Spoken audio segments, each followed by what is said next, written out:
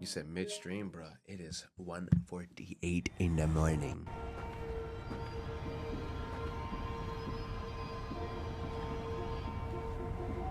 All right. Fabrinsky's still awake? Fabrinsky, get your ass to sleep, because guess what?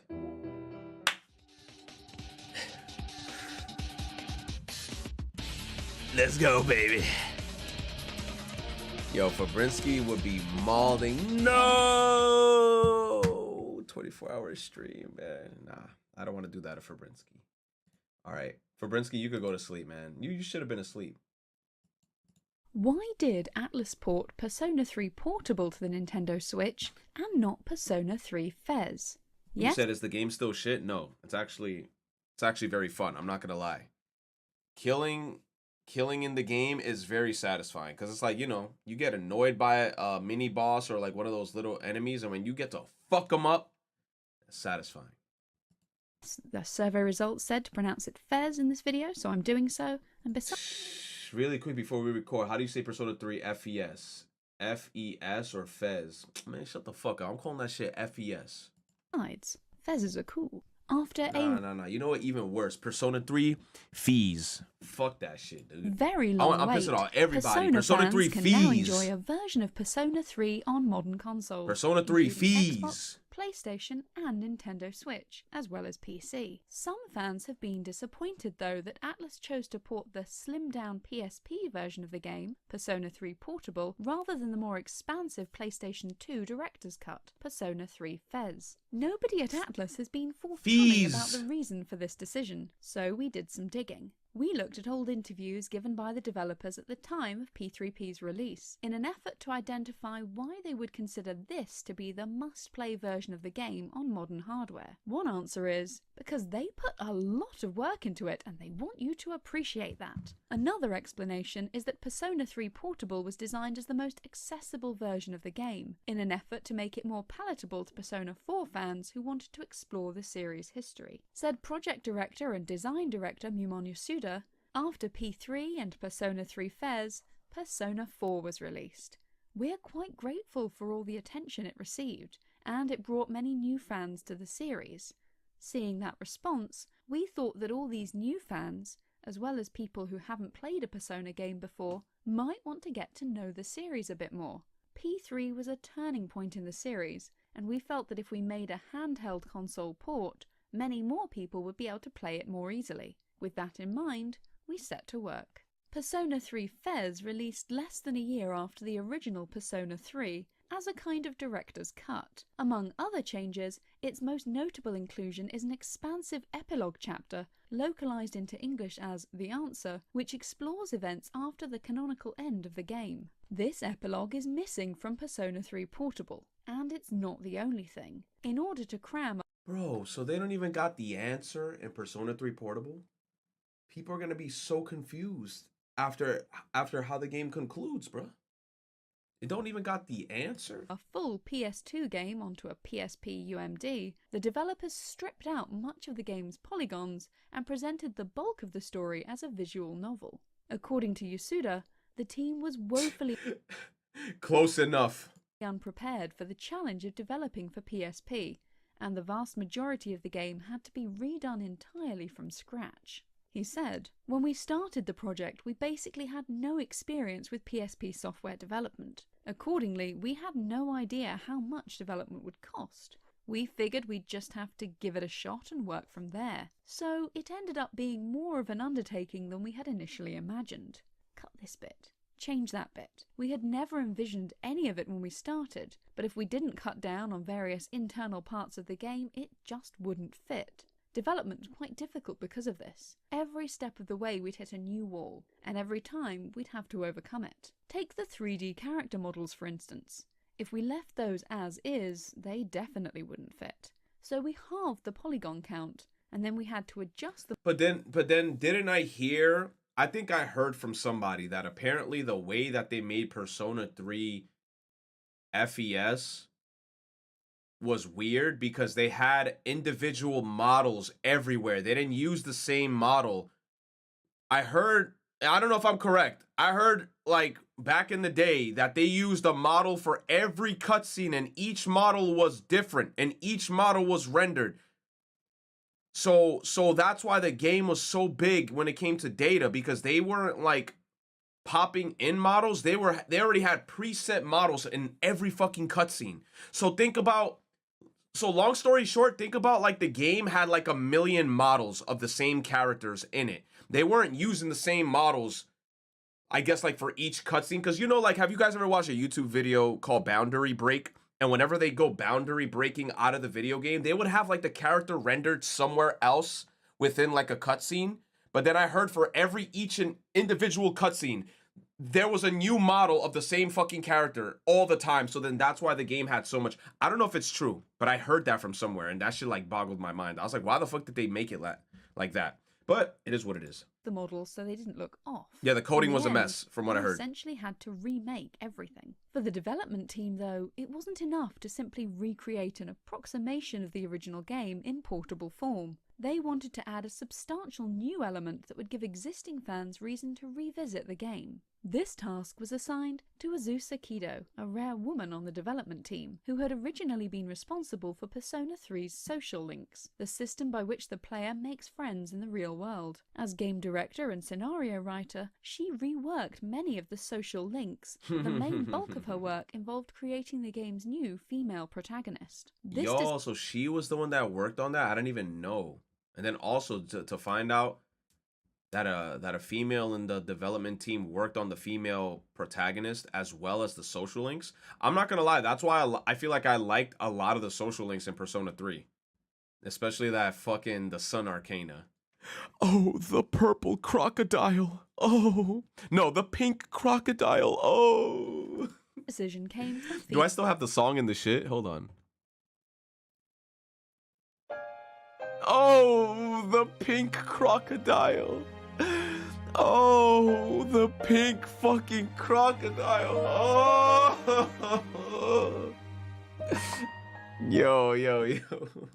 feedback from fans, as the team strove to incorporate the desires that players had for the series. Yasuda said, "We knew from surveys that female fans wanted to be able to play as a female character. There were a variety of contributing factors, and with all of them taken into account, we decided that it was the right time to add a female protagonist." Bro, and then remember how bad we thought that Kasumi was going to be the female protagonist for Persona 5 Royal. And it all came crashing down. We didn't get to enjoy her till 80 hours. 80 hours plus into the game, and then charging $20 DLC for her bitch. Designing this new player character took a lot of work. Character designer Shigenori Soejima has explained how his first few designs for the protagonist were rejected for appealing too much to the male gaze. He said, "Kido said that only trying to draw a girl that men would find cute would make her a I'm not gonna lie, now that I hear that, I want to see what the concept art was of the Persona 3 protagonist. There's gotta be a concept art out there somewhere from the development team, bro. I want to see what they were trying to cook and what got rejected, because that would be fire. So, look, I like seeing concept art. It's kind of like when we saw that one concept art of Danganronpa, like how Junko could have looked like if she had like curly hair. If I remember correctly, wasn't that a concept art of Juno where she had like puffy buns? I like concept art, man, because then I feel like it expands the community more, and then people could then start drawing the concept art, and that shit is fire as hell. Heroine, but not necessarily a protagonist. I suppose I made her too ideal a woman, one that appears largely to men. So I read some shoujo manga. Nah, she must have had some things then. They must have had a busty as hell then, if that's what they saying. Realised that male and female protagonists have similar designs fundamentally. Male protagonists seem absent-minded and unapproachable at first, but they're often designed in a way where they get better and cooler when you look at them properly. If you make the protagonist look like your ideal, rather than a representation of yourself, they end up becoming the boyfriend or prince in shoujo manga, or the heroine in shonen manga. I learned that when there's no space for a character to grow, regardless of their gender, then they can't become a protagonist because they aren't relatable. At the same time, Kido has stated that the team were hesitant to add in new characters and content simply for the sake of bulking out the game. She said, "We wanted to make the game feel new, and adding new characters is a critical part of that, but we couldn't just throw in new characters for no reason. P3 was already a complete work, so adding new characters to the protagonist's main friend group was out of the question." One element of gameplay that saw a significant reworking was the combat. In the original Persona 3 and in Persona 3 FES, while the player can select their character's moves in battle, companion characters' moves are chosen by AI. And that was the biggest mistake ever, bro. I used to be like, Yukari, please heal me. Please hit. Miss. No. I'm gonna go punch that monster. With 4 party members to account for, this means the player only selects a quarter of the team's moves, leading to a large random element for each battle. Katsura Shout out to Akihiko, bro. I haven't seen this dude in a long time, and looking at art of him, is that Tanaka? Tanaka's Commodities? Bro, shout out to Akihiko. I feel like he got one of the best looking character designs, and I think he looks cool as fuck, dude. Akihiko doesn't get enough love. I better see like Akihiko art all over my timeline. Shino, who directed original Persona 3, Persona 3 punchy guy, has explained that this mechanic was not exactly popular with players. He said, "I think it's more fun to have the party members controlled by their AI, so each member's characteristics and personality are on vivid display." There were no objections raised among the Persona 3 development team either. It's a completely different story though, if the AI routines used in the game are limited. It wasn't well received by many of the Persona 3 players. Because the thing is like, because here's the thing, bro. Like, look, if the game wasn't that hard, maybe. But the game is hard. It's like, any decision you made in that game was life or death in Tartarus. And you gonna let it be controlled by just straight RNG? It's, bro, that's the thing that makes no sense, because Persona 3 is fucking hard, dude. We were on the AI crafting side, so I guess our tolerance level was higher than that of the players. Did they play the game? Feedback, Persona 4 instead allows players to control their entire party in battle. When going back to work on Persona 3 again, the Portable team decided that it was best to incorporate elements of Persona 4's combat system. Why are you making fun of why are you making fun of Aegis? Why you put bananas in her hands? Into the remade game, including the option to control the whole party, as well as some other mechanics. Persona 3 Portable is designed to help newer Persona 4 fans feel more comfortable with a slightly older game, and this is one of the more likely reasons why Atlus feels that this version is the best for new players in 2023. Of course, there is one other difference between Persona 3 FES and Persona 3 Portable, which may have impacted this decision: the two games' disparate sales figures. According to charts from Persona Central, taken from the weekly sales figures from Famitsu magazine, both Persona 3 FES and Persona 3 Portable sold a little over 100,000 units in their first week on sale in Japan. But are we talking about the re-release, like when it came out on Steam, or are we talking about when they first initially released? They're talking about what? After this, though, Persona 3 Portable went on to generate an additional 100,000. Ooh, okay, so they mentioned that. Wow, an extra 100,000?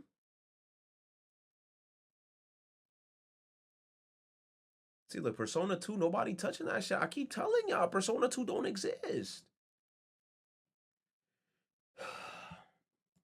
Sales over time, while Persona 3 FES only managed an additional 50,000 sales. Persona 3 FES, you said then you touch it. No, I don't want to touch it. I don't want to touch it. I don't want to touch it. Including re-releases as well, Persona 3 Portable has sold over 300,000 units in Japan, making it one of the highest selling remakes in Atlus. That's crazy. Persona 3 Portable sold this much on the re-release. So we're talking about Steam. Right? Like when it came out on Steam. That's crazy. Compared to Persona 4 Golden? Look at that. How did Fez have such a small amount, bro? You know what, bro? Now that's making me want to purchase bro.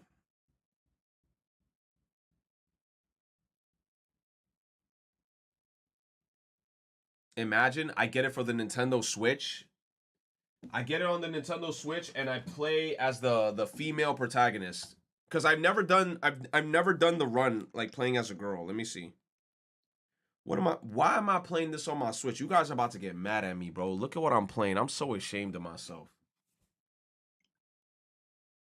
I'm so ashamed.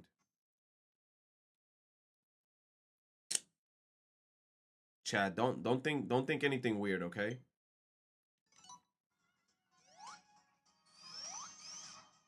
Sonic. Yo, I was playing Sonic Mania. Bro, yo, this shit looks so nice. You a Sonic hater? Bro, Fidel doesn't know this. Fidel doesn't know this, but I know he likes Sonic. He's Sonic and I'm Shadow. He's my op. Hold on. Let me actually see if the game is... Engage is already in the shit. This man's possessed? Nah, I'm not possessed. Atlas's catalogue. These, then, are the more likely reasons why Persona 3 Portable was chosen over Persona 3 Fez. It's a more financially successful version of the game, with content designed to appeal to longtime fans and newcomers alike. Wait a minute. Does Fez have the female protagonist, or is that only on P3P? Is that only on Persona 3 Portable that it has the female protagonist? So long story short, motherfuckers picked this game because they were horny. Dude, this shit is fucking weird, bruh. Motherfuckers don't give a fuck about the franchise. Motherfuckers only pick this shit because they horny. Bro, they ain't no nudes of the female protagonist. Yo, thank you, Big Chungus. Big Chungus. Big Chungus. Big Chungus. Big Chungus. Big Chungus. Thank you, Big Chungus. I appreciate you. The moral of the story? Something about not judging a book by its cover, I guess. And fezzes are cool. The end. What you say? The end. Nah, I want to see what you say. By its cover, I guess. Even if it's a portable version, Persona 3 is my favorite one.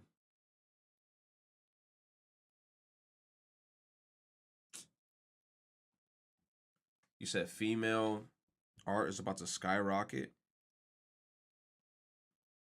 I'm about to see what the recent releases is. I might play Persona 3 Portable in my private time. I'm not gonna... Bro, I really don't want to replay Persona 3.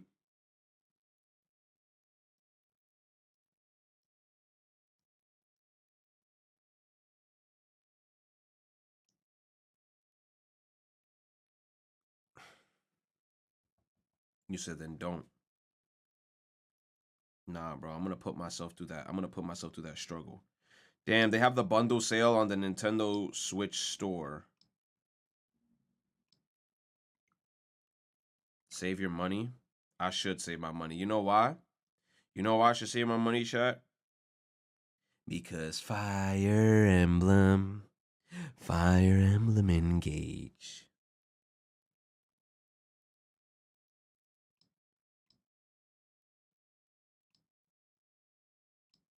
Is there voice acting in this game? Persona 3 Portable, bro, if that shit got zero voice acting, if I don't get to hear Yukari say, please hit, I'm going to be very upset. It does? All right, good. What do people in the comments say? Punchy Guy is my favorite character. Bro, I've been waiting for this, Akihiko. Akihiko. Persona 3 FPS is one of the most unique games I've ever played. It's a shame it may end up forgotten. Bro. You said the female C battles theme is great too. I've never heard her battle theme. Let's hear her battle theme. Persona 3 theme. Let me hear it. Let me hear it. Never hear it. Oh, it's this song. Yo, that's her theme. Yo, they went crazy. They said.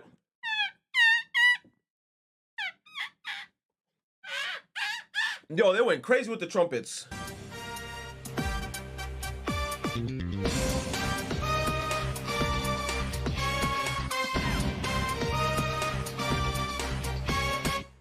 Been a little while, but I'm still battling, moving fast while you just prattling. No time for me, no tangling. Hit you in the spot with no angling. A lot of anger in it. Flash rhymes, quarter with spangles. Add some sounds in the terms. Wangles, 3 dots connect to rectangles. Just like music sounds connect and rambles. Hell nah, no man can run away.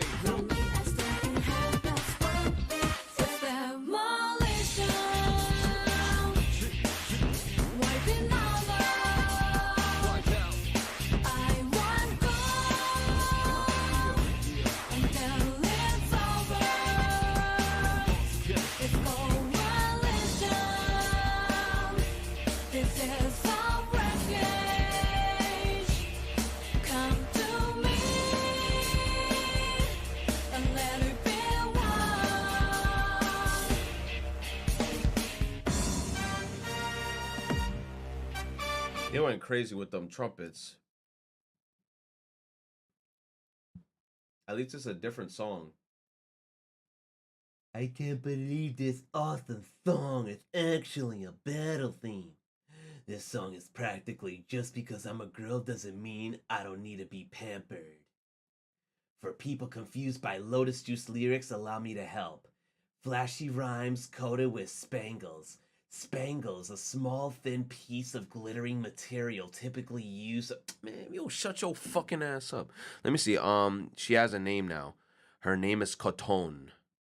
Coton. Johnny, you could call her whatever you want. I'm calling her Makoto. Okay. Yeah, explainers chat. Before FemC, Yukari is my waifu. After FemC, I'm playing as my waifu.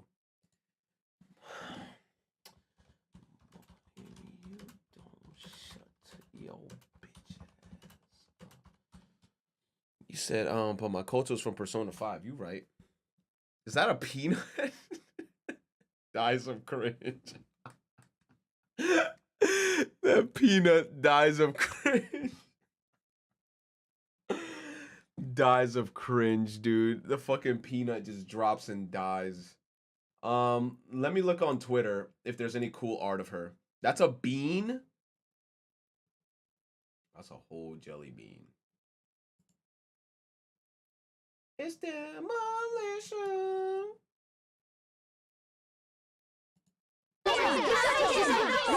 Oh my gosh.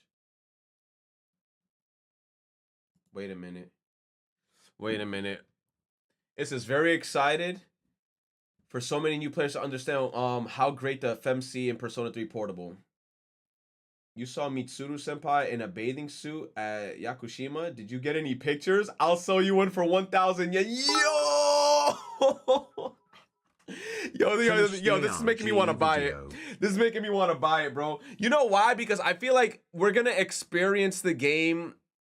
Look, it's going to be like a different experience, though, in the game. I low-key now want to replay it as the female, because the thing is like, I'm used to Makoto's story. We don't know her side of the story. So I feel like we're going to get so much more special text from Fuka, Mitsuru, and the whole gang. We're going to get like new dialogue. You said play it on stream again. If you do, I'm going to scream. You can date men. Psh, who the hell would I? Akihiko. Junpei, get the fuck away from me. Junpei, I'm sorry, bro. I don't want nothing to do with you, sick ass motherfucker. Akihiko all day, bro. I don't care. You said Ken? Zero? I'm calling the police, bro. He said Ken. Oh, my name is Ken-kun. My name is Ken. He's an actual choice, bro. I'm not getting nowhere near that child. That kid, I'm staying the hell away from him.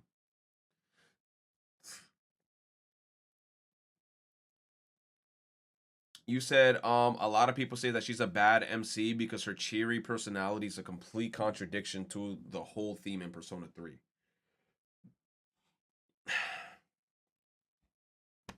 I mean, what they want the protagonist to be depressed? I mean, I can't lie, Makoto was he was on his no soy emo flow the whole time.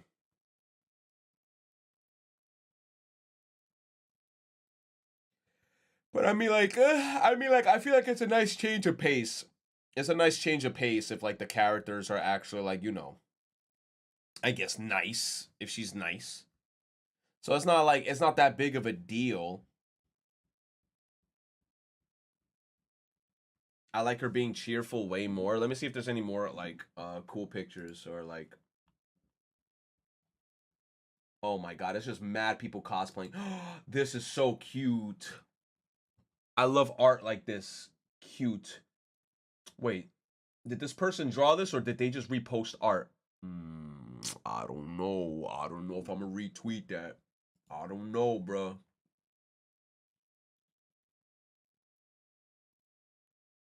No.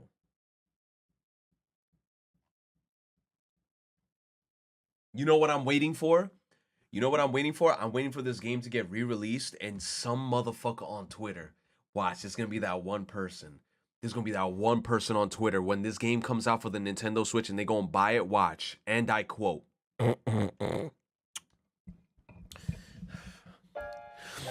I don't like Persona 3 that much. The reason why I don't like Persona 3 is because they're glorifying suicide. And because I've had such a rough upbringing, whenever I watch the Persona characters they put the blicky up in their heads and I'm just, I can't. It's ruffling up my feathers right now, and I think this game deserves a 0 out of 10. A 0 out of 10. Thank you guys for my TED Talk. I hope you guys have a great night. Thank you for coming through.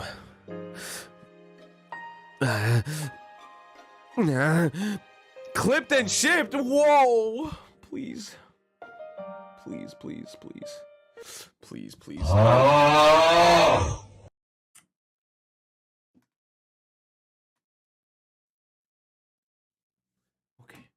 Okay, gaming journalists actually about to do this though. They are. I know it's gonna happen. I called that this might happen because this is an old game.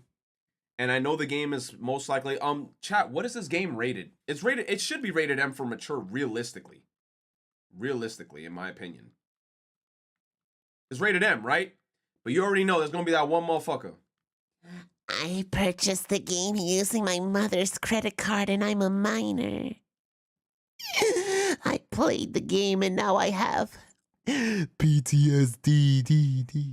Every time I go to sleep, all I hear is please hit. M for minors. Chill, dude. Persona 3 Portable. You said them little Jimmies who played Doki Doki? Oh my god, man. Doki Doki had me shook. Persona 3 Portable female protagonist is a misogynistic relic of its time. Yo, the article's already coming out? Going back is bittersweet. Persona 3 Portable's introduction of a female protagonist was a brave step forward for the fans have longed to see a repeated in subsequent games for years. Persona 5 Royal's initial reveal of Kasumi set tails wagging about the prospect of the new heroine alongside Joker, but in reality she turned out to be nothing but an additional party member. Our dreams were scuppered once again, and with no sign of Persona 6 on the horizon, all we have is the past to look back on. As the long-awaited modern ports arrives, how does the third entry handle its playable female character all these years later? Listen, 2006 was a very different time, okay? No shit. I mean, you're basically saying it there, but you guys made a whole article about the whole situation. The first thing you notice upon picking up the female protagonist is how pink everything is. Oh my god, bro. Oh my god. Off rip, motherfuckers is mad because of the color pink. Bro, you know the color the girls are legally required to love and have all on their things. Oh my god, bro. This is a game that came out in 2006. I have nothing against the aesthetic. Yes, you fucking do if you're talking about it. You obviously have a problem with it if you're fucking talking about it. I have nothing against the aesthetic, but in Persona 3 Portable, it's stereotypical. Bro, you literally said you don't have a problem with it, and right after then say, oh, but it's stereotypical, garish, and covers almost everything or every single menu you come across. The character's portrait that dominates the screen. It is a fictional character. It does not exist.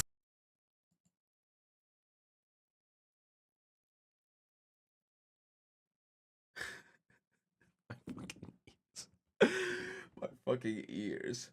Okay, the character's portrait that dominates the screen. Yo! Okay, hold on. I bet Atlas just didn't want us to forget that we had a vagina and we're lesser as a What? So I bet Atlas just didn't want us to forget that we had a vagina and we were lesser as a consequence?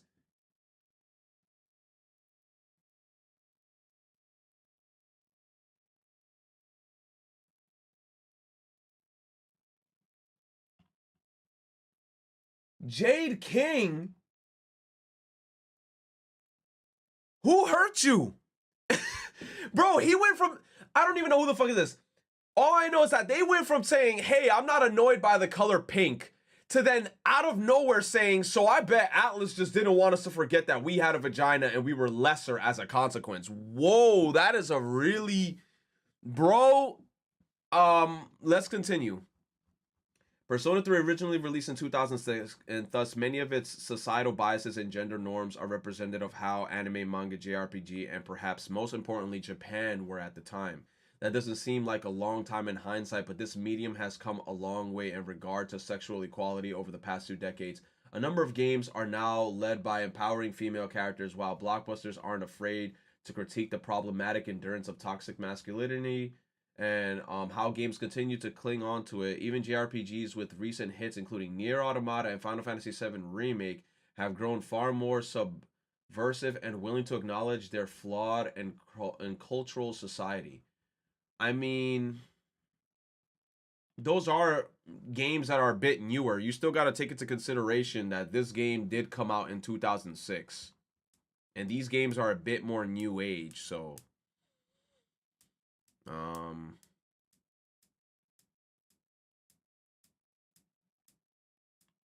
Atlas never got the memo, since its modern catalog is often taken to task for its lack of an inclusivity and tired views on sex and gender. Bro, it's a port. Persona 5's first palace. Oh my god, now they're gonna rant on Persona 5? Oh my god, bro. Persona 5's first palace is a testament to overthrowing sexual harassment in the workplace and educational system, but it's followed up by a dungeon that asks this the very same female character in the center of the previous trauma to strip naked to gain access to it. What? Wait, what?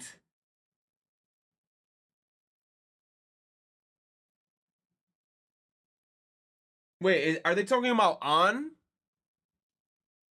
On modeling for Yusuke.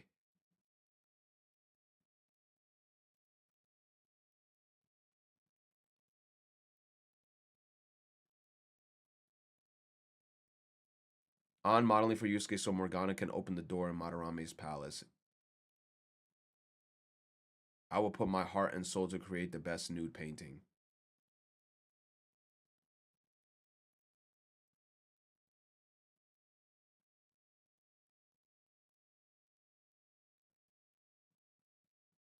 I mean, it's like, I feel like when games come out now, people look too hard into situations where it's kind of like, bro, first, it's a game. Two, it was a scene where they were trying to get into Madarame's palace, so they knew that Yusuke liked her. So they were trying different methods on what they had to do to try to get into the palace, and so Morgana could sneak into the room and do what they have to do.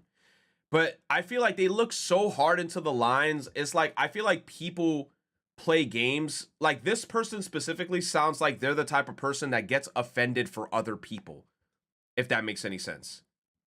Because if you're playing a game and you went to the scene in Persona and you got offended for An in the game, like, oh, I cannot believe that she's going through this again.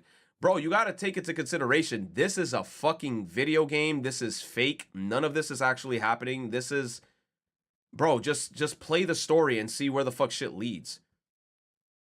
Yusuke just wanted to model with a good figure. But it's like, what I'm saying is just like, people think so hard into the lines like that they start having these weird headcanons for games where I'm just like, bro, you're thinking too much about it, you know? Like, you're thinking so hard about this shit where it like it's crazy to me, because me thinking back on that scene, I don't even really remember that scene 100%. Like, that scene went by like this because I mostly remembered all the important shit that happened in Personas, like when everybody had their awakening, when we're fighting specific bosses, when we triumph over the bosses. But then when you're that person that just thinks about scenes like this, and that scene lived in this person's head rent-free, low-key, if they're bringing this up, it's fucking weird, in my opinion. I'm just gonna say that thematic messages seldom build on one another, and thus central idea of youths rebelling against the unjustified system falls flat. Parts of the writing and many of the characters still excel, but a spiteful ignorance remains alongside a reliance, on archetypes and other properties have managed to otherwise abandon. I love Persona. I don't think so. Which means I have to bring up stuff like this all the time. Same goes for the likes of You're gonna talk bad about Catherine? Catherine full body, 13 Sentinels. She's gonna talk bad. I don't even know who this person is, but they're talking bad about Catherine and 13 Sentinels. Aegis Rim, and similar games that refuse to value women as characters deserving of development and agency equal to their counterparts. Because the protagonist of the game is called Catherine, but the protagonist of the game is Vincent. It's like, you want a game that has to be full-blown, like the other Catherines, they had some involvement in the game, but the game is not gonna have like a whole scene of just like, oh, Catherine empowerment. Oh, bro, it's like, it's like, bro, the whole point of the game of Catherine is a dude puts you in a freaking world where you're in a scenario where a demon literally like low-key possesses you in a way. And then every time you go to sleep, you have to solve these puzzles, because then if you don't, you end up dying in the dream. You die in real life. But it's like, bro, if you're playing Catherine full body and the whole time you're playing this game, you're like, where's the woman empowerment? I don't know what to tell you. I don't know what to tell you. When I was playing Catherine the whole time, I was like, bro, I don't want to die.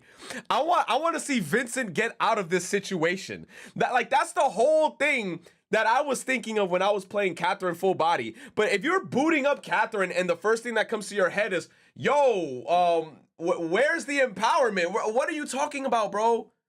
I'm trying not to die. I'm trying to...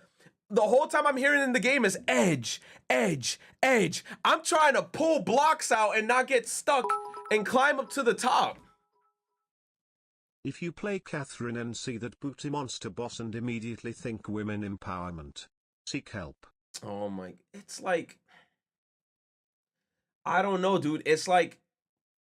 Whoever this is, they're looking too hard into the lines, bro. It's like, you could already tell that this whole post is just like some type of political agenda. Like, you're just trying to like, bro, this is supposed to be a review about a video game, but instead you're just like trying to turn it into something completely different. Persona 3 female's protagonist is initially viewed by other female characters as a sign of relief. Declaration along the lines of girls must stick together and let's ignore all those icky boys. Instead of delving into backstories with maximum impact.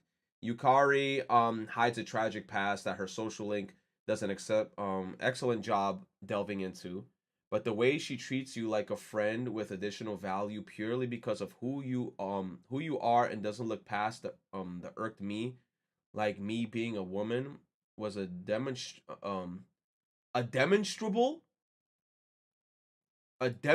part of my place in this society and not something I could come to interrogate. There's even a line later about another girl in the game and one of the dialogue options allows you to suggest same-sex attraction. Yukari is more or less disgusted by this idea, which I suppose is fitting given the state of the queer rep back in 2006, but even back then, it came across as weirdly aggressive. I mean, bro, once again, 2006 was a different time, bro. We're almost talking about 2 decades ago, bro, because we're in 2023. In 2026, that's going to be 20 years ago.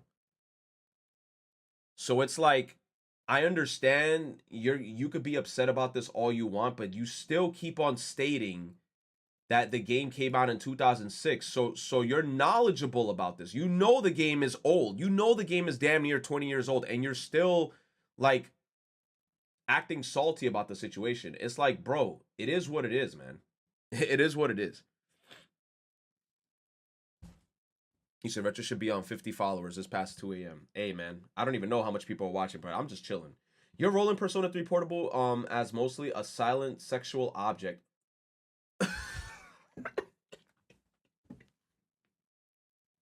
I can't with this person. It's like we're not even saying it. It's you. We're not even saying anything, bro.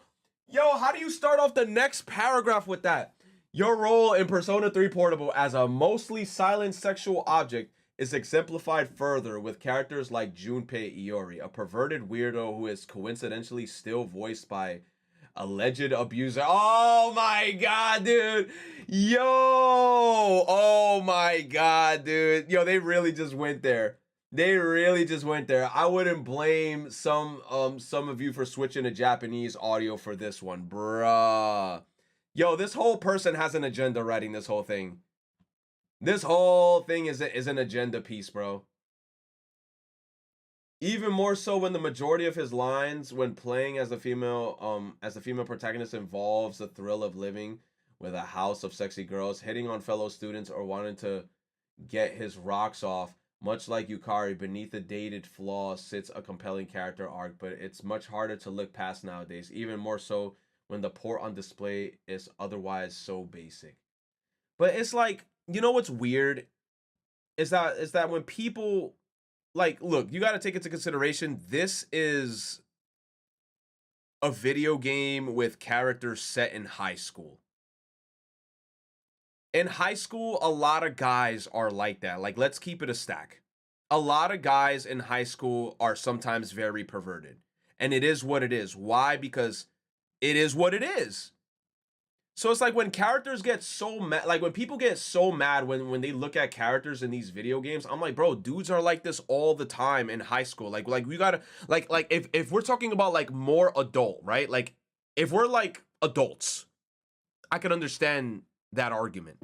But if we're talking about high school, even high school girls be bugging out a lot too, because another thing that's weird is that like they like to put like this shield, like, oh, girls aren't bugging out in high school. Bro, both parties are bugging out in high school. Girls be doing weird shit in high school, dudes be doing weird shit in high school. It is what it is. But then when you're like, oh, he's perverted. I don't think Junpei, if I can remember correctly, Junpei wasn't that perverted. But Junpei, I did remember in the story, was kind of like trying, he would act like he want to try to get to know you type shit. But bro, it's just freaking weird, dude. People in high school, they act like this all the time though. It all just grows a bit more tiresome. How Persona 3 reinforces the unfair assumptions and abuse many women face in reality. Bro, You could argue a game trying to be this dark and current in its commentary is doing such a thing on purpose, but it really isn't. It originates from a culture of ingrained sexism that games and anime have been dealing with since their inception, where women are often viewed as objects and lesser beings. What is going on with this article? And lesser beings not deserving of equal agency. To my dismay, things haven't changed much in the past decade or so. Bro, what does this have to do with the game? This is what I'm saying. This whole article is like some political agenda. Like, bro, what does this have to do with the game now?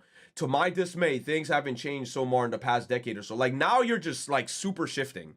She's like, this is literally like a rant at this point.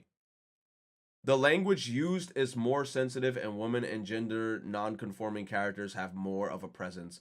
But Persona and their wider landscape of JRPGs are male-dominated and sexist in ways genre fans often have a hard time confronting. Trust me, I've done this song and dance before.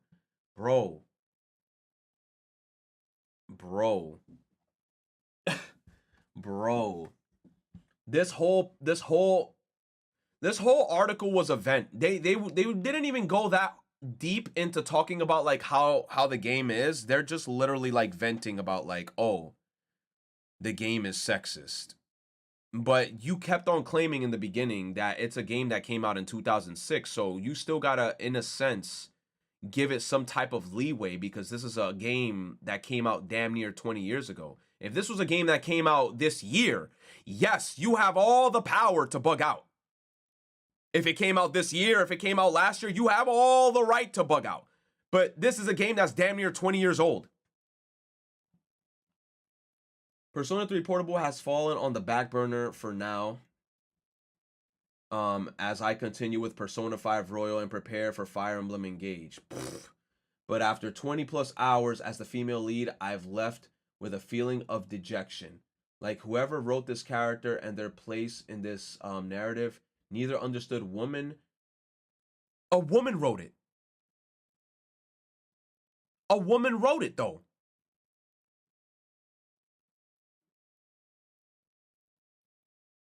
Didn't a woman wrote it? Like, didn't a woman make the character?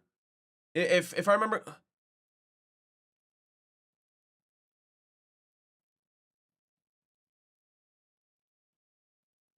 Their place? Nah, I gotta look into it again. I don't know if she just designed the character or did she do the dialogue as well. I don't know 100%. I don't know 100%.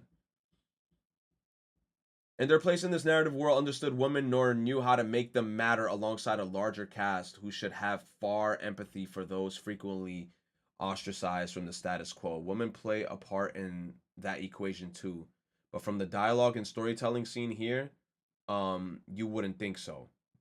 Bro, what are you talking about? In Persona 3, they had many important woman characters in the game. We had Mitsuru. We had Fuka. Bro, even characters that played important parts, like Chidori's bitch ass. Bro, like what are you talking about? Aegis was literally like a woman robot. If anything, this game had a lot of women in the game, and they were very important to the story and plot, and they helped a lot in terms of like the journey and what we had to do.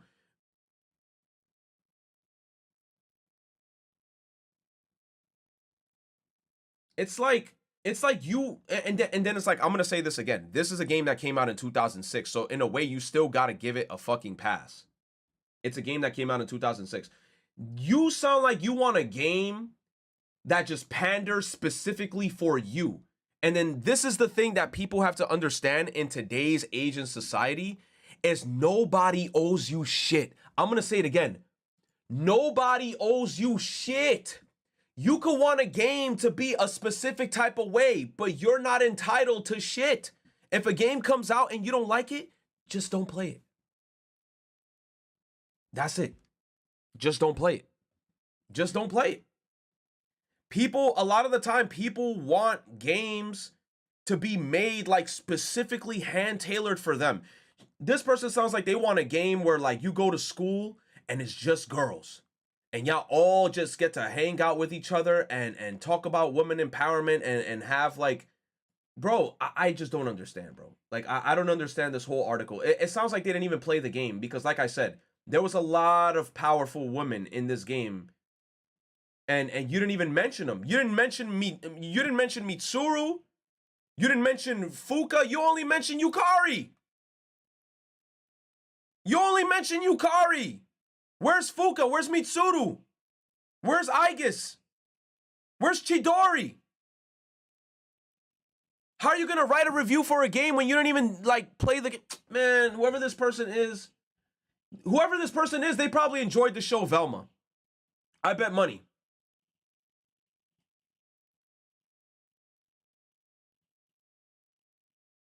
Who the fuck is Jade King?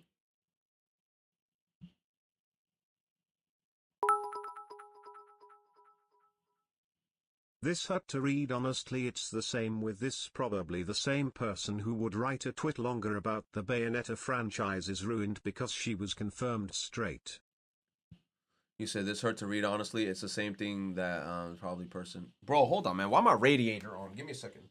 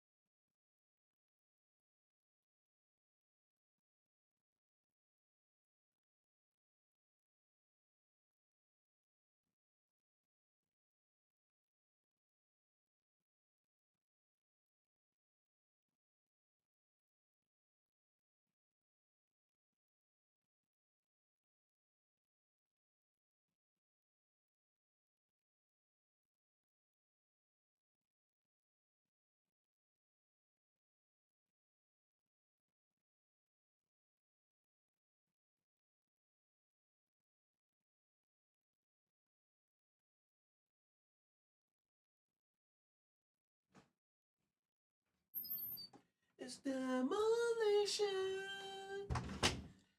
Oh God. You said in the spirit of saying fuck this article, let's end stream with the goat's new video. Who the fuck is that? Oh my God, bro. I'm not watching no sexy Pokemon, bro. Y'all trying to get me bricked up. I'm trying to see what the hell. Please stop watching Velma. Oh, I'm surprised. I'm surprised. The way you sounded like in that first article, you sound like you a Velma stan. Please stop hate watching Velma. Wait a minute. Please stop hate watching Velma. You're doing it for all the wrong reasons. Wait a minute. Wait a minute. No. No. Velma isn't good. Nah. I feel like they're gonna hit me with a plot twist. Like at the end, they're gonna be like, I actually enjoyed it. Hold on.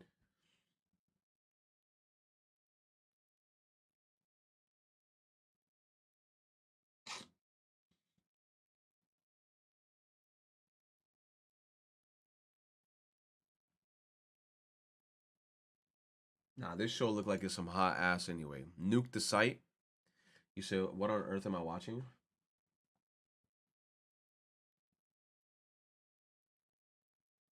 Persona needs the Yakuza 0 treatment. Huh?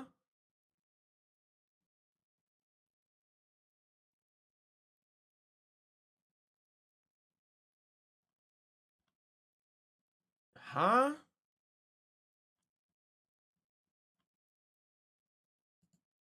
Nah, bro. I don't know what that is. Game Freak is taking way too long to patch Pokemon Scarlet and Violet. They're not going to patch it. They already made their money. They're not going to patch it. They already made their money, bro. Like, why would they, like, why are they going to rush to patch it if they already made the money? They going to take their sweet ass time. Don't be surprised if summer hits and that shit's still running the same way, bro. Bro, they are not gonna patch that shit. They looking at each other right now at the company and they're like, it kind of works. And they're like, it kind of works. So let's let that shit. New patch in February. It's ridiculous it's even taking this long for a patch.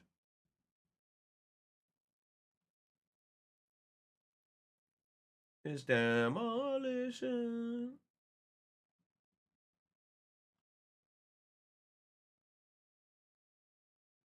Yo, the extreme copium. Let me see what's on Twitter. You said watch Engage. Yo, I feel like they're definitely gonna write something in Engage. Watch. I bet you money they're gonna complain about the romance, dude. I don't even know what the game fully has and shit, but I feel like they go and complain about the romance in the game. I feel like every freaking Fire Emblem game, people complain like hard about the romance. And I'm like, dude, you know that's not the focus of the game, right? The focus of the game is to progress the story and go to war and kill each other and find out who's the 50th green-haired dragon. You know what Fire Emblem is about, but no, everybody be playing Fire Emblem, stroking their dick or stroking their pussy, talking about, I want to make sure that I can get with, I want to make sure I can get with this character, and if I can't, I'm going to write an article about it with my lisp, and I'm going to tell everybody how I feel. Like, bro, please. I'm stroking my shit with mayonnaise, bro.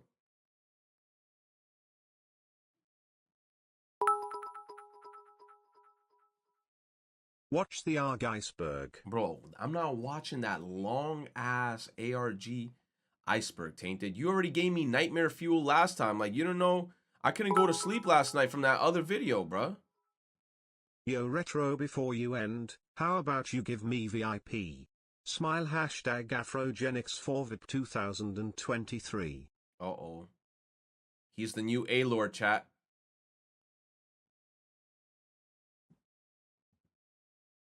Roblox. When you joined the game, there would be a bunch of creepy faces on the walls. And there would be scary and sometimes disturbing sounds playing. And sometimes people say that they would see demons in the game. At first people thought that this game was made by a troll. But people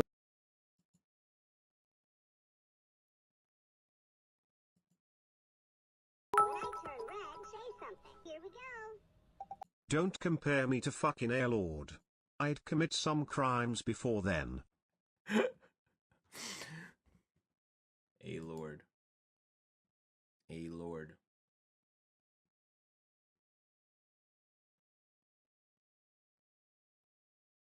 Video games aren't fun anymore. The Pokemon that can only be caught in this island. Primal Kyogre is coming out in the game.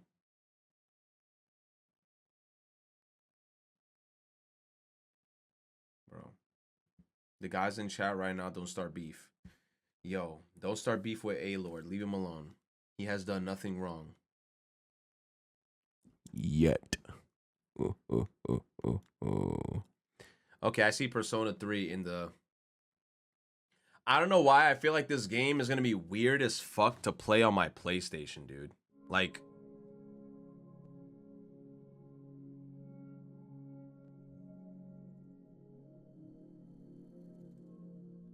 Ooh, you see, like, that's another powerful character. Come on, Elizabeth? Yo, she didn't even mention Elizabeth. She didn't even mention Elizabeth, bro. Shuji. Freaking Jesus.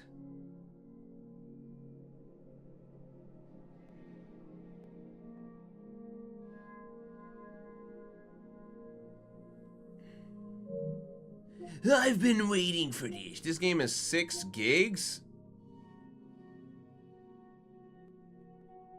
Edition, the Dark Hour strikes twice?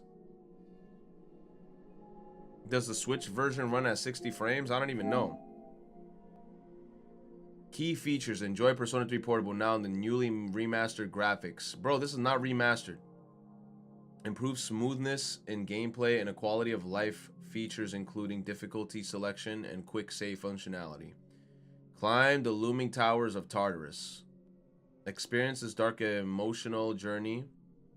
Choose between Japanese or English voice acting. Bro, I'm sticking with the English voice acting, bro. The hard thing about like Japanese voice acting is like if I look away from the screen, I don't know what's happening. Like you gotta put your undivided attention when you're like hearing games that are just straight up in Japanese.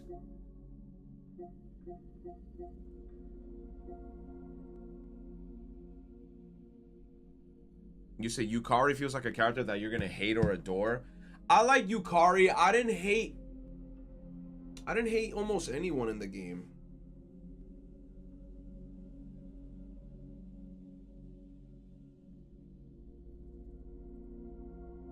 You say you're not gonna play Portable?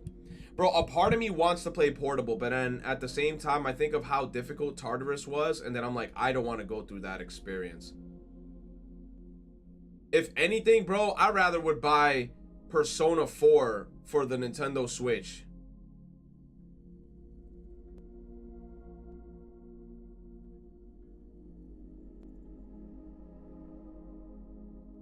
Persona 5 Royal? You said better choice, honestly.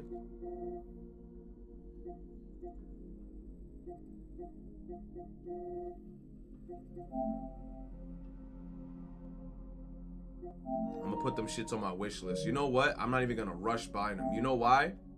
Don't be surprised if in like 2 weeks them shits gonna be on sale.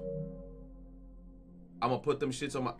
Bro, the fact that they got Persona 5 Royal for $60, you're smoking crack cocaine. You're smoking crack cocaine. That's insane, bro. That's insane. $22? Oh, this is that game with that one song. Fight, fight, fight the power.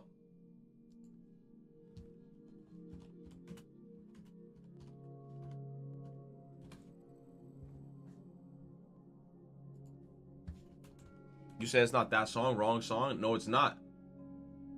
Look.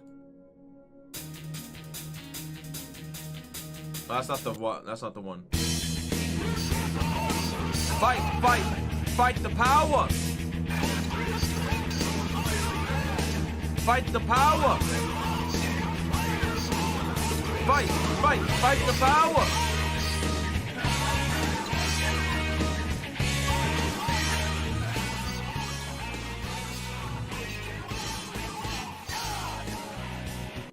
Use standard edition. What's the difference?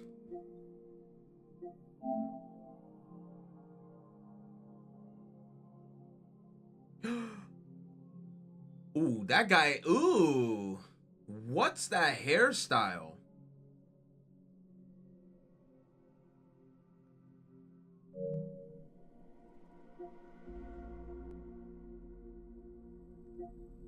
Merciful difficulty? Mercy and expectation map? The heck is this? Earn items to give you experience points in the extra dungeon where the demi-fiend was born? Master's expectations, earn items, center of the conception? You say you don't really need it? You said I said replay. You regret playing this game on hard. Yeah, this is some shit that, look, I'm gonna be honest, I don't think I'm ever gonna touch that. Ooh, Trials of Cold Steel. Yo, people were gassing this game up.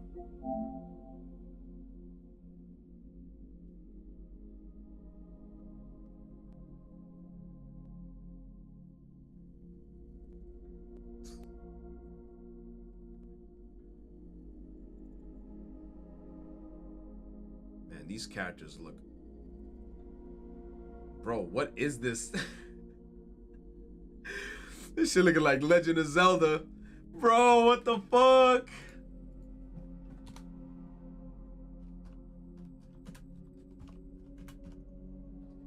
Bro, this shit looking like Hyrule Castle in the N64, dude.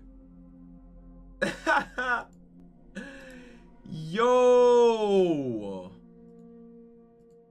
Tell me not. What the fuck, dude?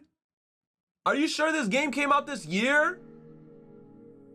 Yo, this shit looking straight up like Hyrule Castle.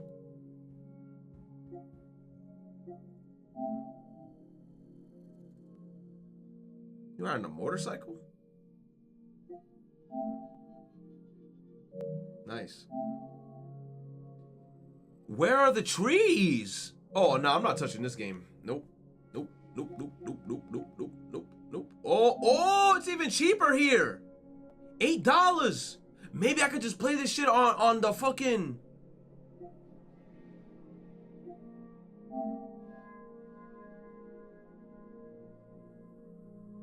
This game is fire. Bro, I gotta stop, bro. I gotta stop, bro. I keep buying games and not even finishing them. I gotta stop. I have a bad habit, bro. Like, my backlog is infinite.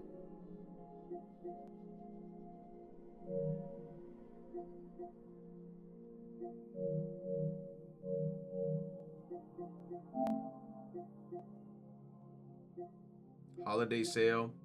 Most wanted deals updated.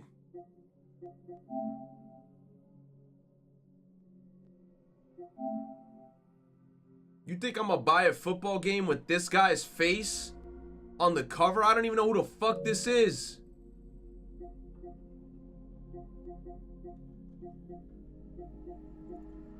You said, is that Trump? I don't know. Castillo Protocol?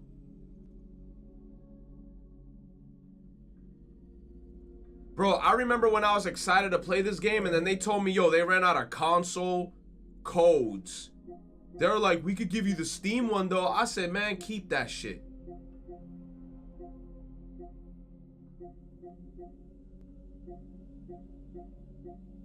Had me dumb tight.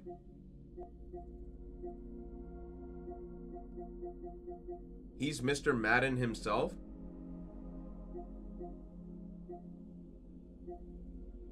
Yo, what's crazy is I'm glad that the reviews told me all that stuff. I was this close to buying it. Oh, was this game good? Remember, this was like one of the first PlayStation 5 games that came out. Made by Ember Labs.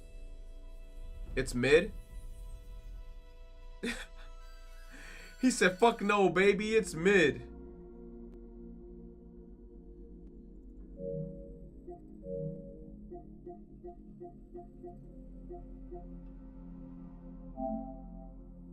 Resident Evil 2 got a free PS5 upgrade?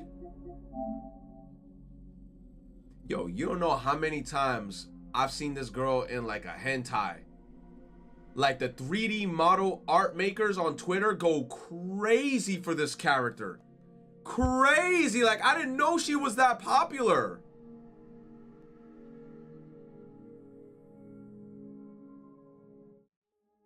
Like, I did not... Look, I expected to see Ava more in that shit. But nah, dude. Like, people on Twitter are bugging. Claire's the wife. Fight, fight, fight the power.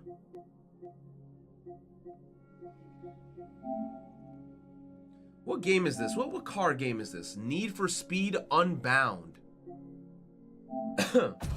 See out here, street style, it's everything. That Travis Scott? Show 'em who's in charge. It's the takeover.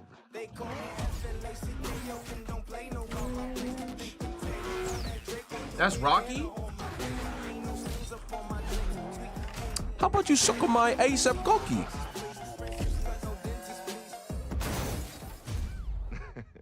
I'd rather put money on my grandmother. Bro, I'm not gonna lie. I could tell who ASAP Rocky is from a distance just by his smile. But in a video game, that don't look like Rocky, bro. That look nothing like ASAP Rocky. I'm gonna keep it a stack.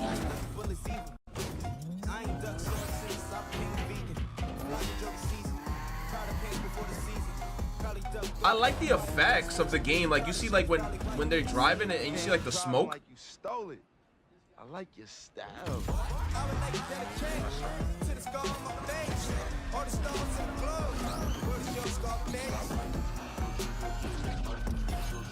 That's how you do it. See, I was rooting for you too, man. You made me proud. But that does not look like. That's not ASAP. That's not ASAP Rocky, dude. That's not him. I don't know who the fuck that is, but that's not ASAP.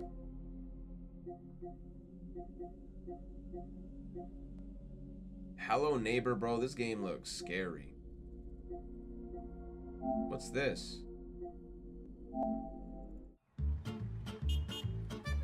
Welcome to the island of La Calma, a docile place that harbors one of the most rare forms of life on our beautiful planet. A creature the islanders call the monster. The fearful asymmetry of the purple appendages hides an incomprehensible strength. Yet in the monster there is a sense of something else. Pleasure in the joy of glorious physics. Not all here fear the monster. Wait, is it like you just build little things? Friendship, it seems, is possible even between the most unlikely of organisms. Perhaps we deem things monstrous because they remind us of the monstrous parts of ourselves. Yo, you just chucking people? Nah, this game is weird, dude. What's this?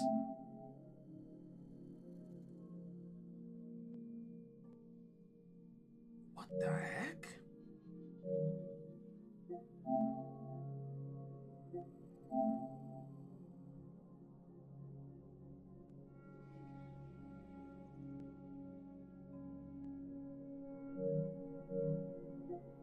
These games are getting worse.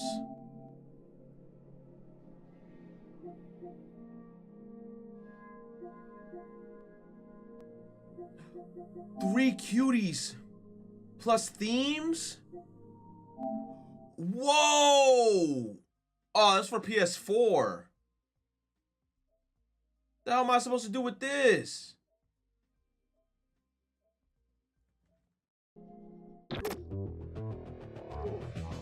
Oh no, someone stole my photos. Yo! Yo! Yo! What kind of fucking game is this? Yo, you saw the cat girl?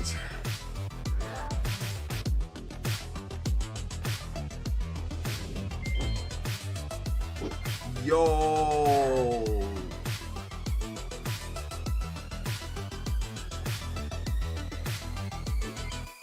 Yo, this is, bro, you gotta be caught down astronomically to get these games, dude.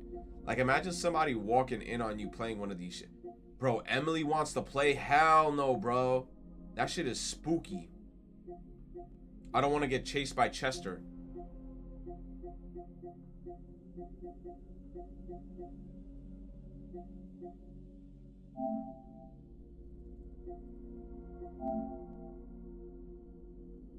This is a trophy hunter game.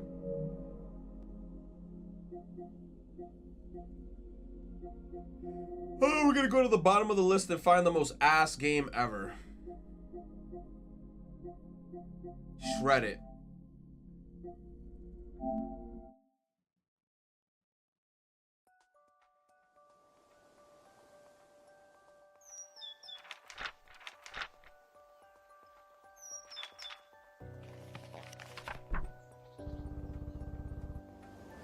What the fuck is this?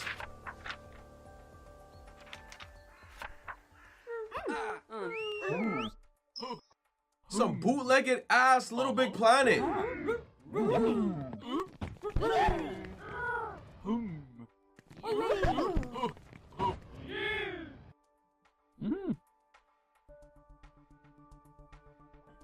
Bro, I know that's not Olaf.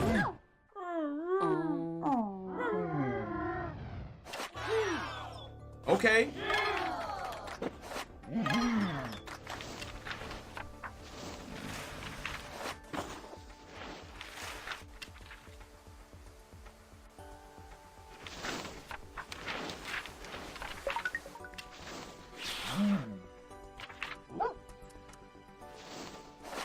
Oh, you're dead. Double jump?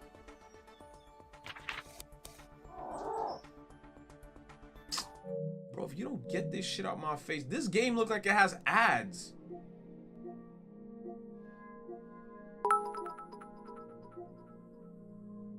Iceberg? A. Thank you, Tainted, for the 100 bits. Hold on, I'm about to end stream. I'm like, bro, it's 3 a.m. It's demon time.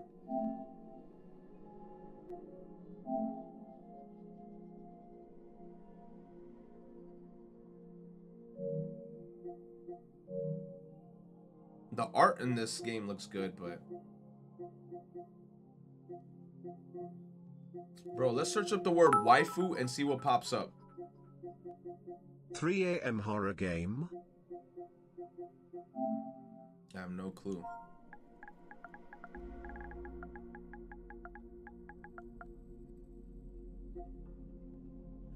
Genshin Impact? Bro, I'm not spending a singular dime.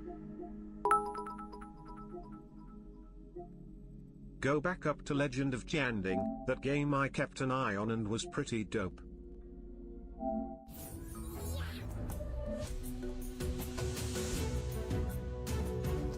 Yo, Wife Quest.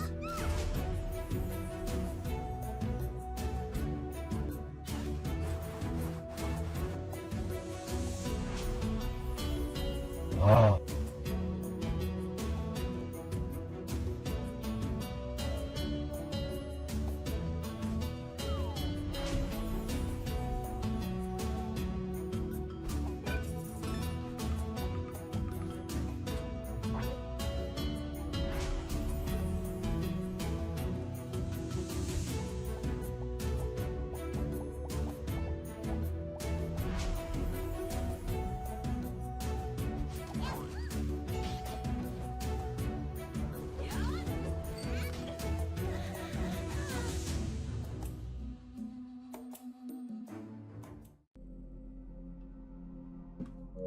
Bro, I don't know what's going on in this game, bro. I don't know what the fuck that was.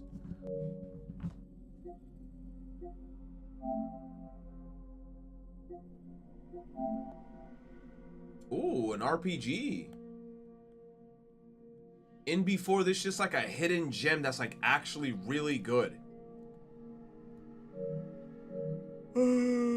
Fight the power. Yo, I beat both of these games. Waifu Impact, Hentai vs. Evil.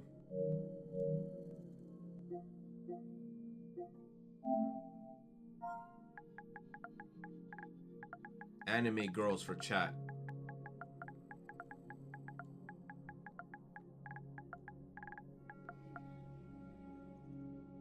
What? $40?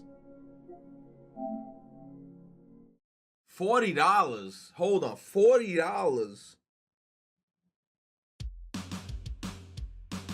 Okay, good animation. Oh. Where's my bank account? You already had me at the beginning. I got a bag of quarters waiting for you.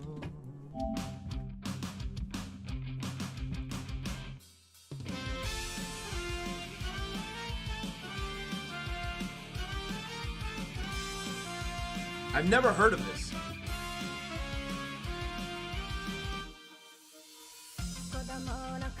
Bro, that's a baby. Yo, the animation is fire. The animation is fire. Who animated this?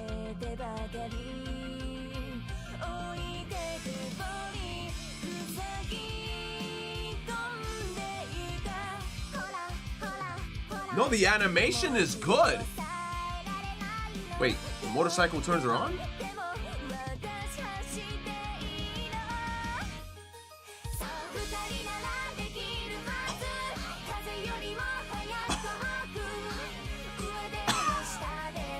Yo! Did we just find the gem? Bro, then they got Nike units? Goddess of Victory girls? Yo! Nah, where the gameplay? True. Where the gameplay at? Cause the animation looked too good to be true. Where the gameplay?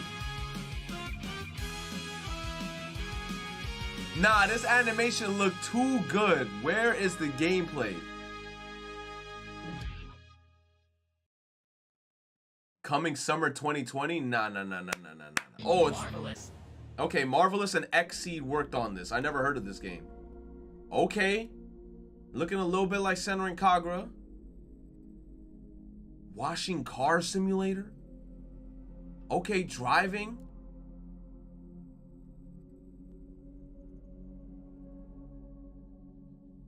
Okay. That's it?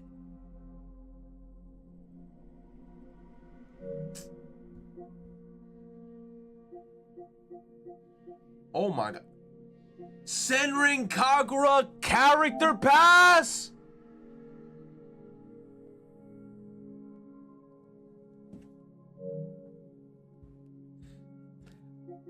They got Yumi and Asuka? I'm out. The game is already $40 and now you're gonna charge me an extra $30. All right, oh my goodness, $5.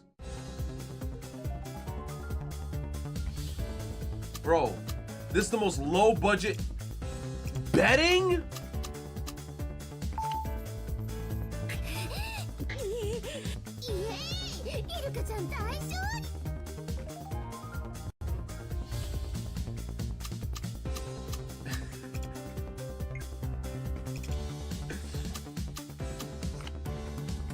But what's the point of the game? It's just poker?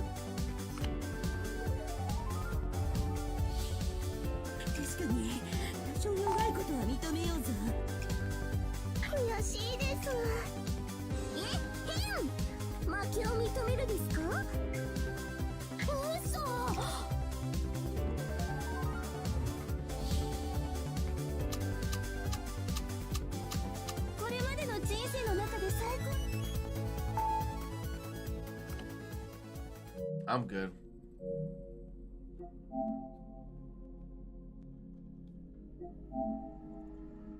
Oh, again with the pictures. Again with the pictures, dude. Cutie's cracked. Free?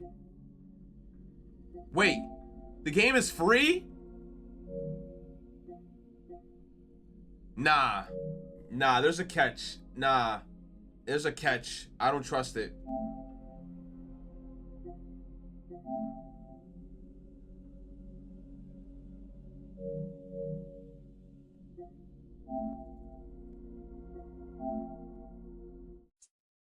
Bro, it's made by the same company, bro. Look at how the word spins in. Whenever we see the spin, it's made by that same company. Oh my god, they made so many games.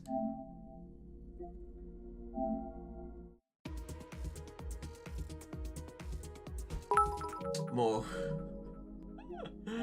We could have been watching that damn iceberg. Tainted, I'm sorry, dude. Oh my goodness. Bro.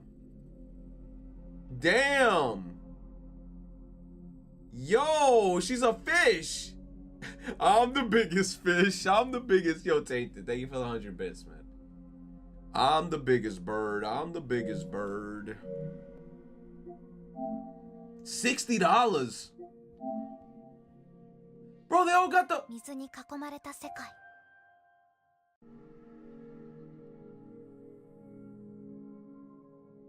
Hell no.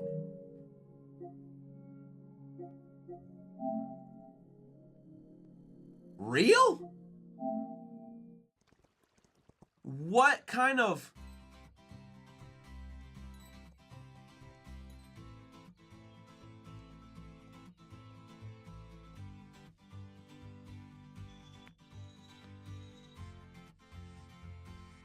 Bro, I'm watching no fucking horse.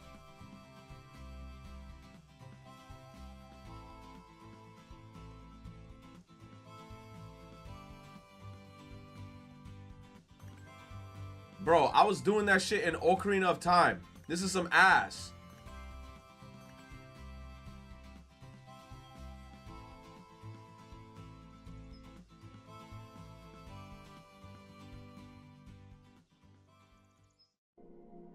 Bro, this game looked like some hot Genshin.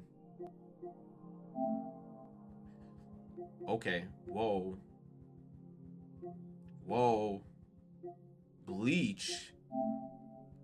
Okay.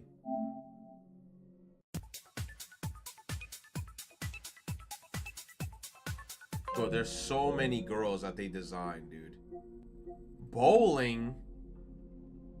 Who the fuck is this?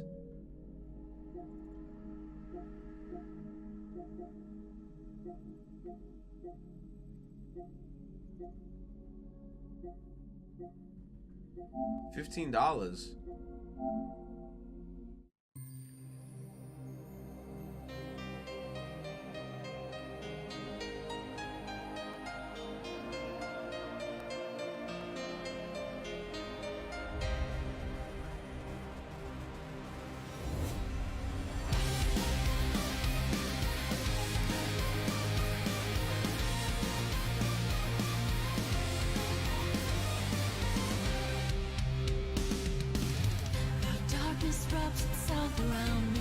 English.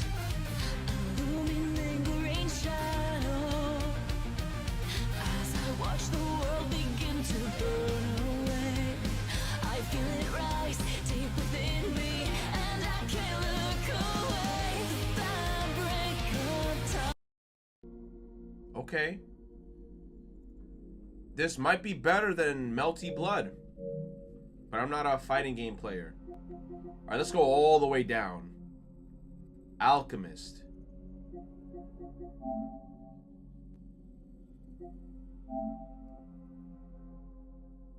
Why was this on the bottom? Putt putt.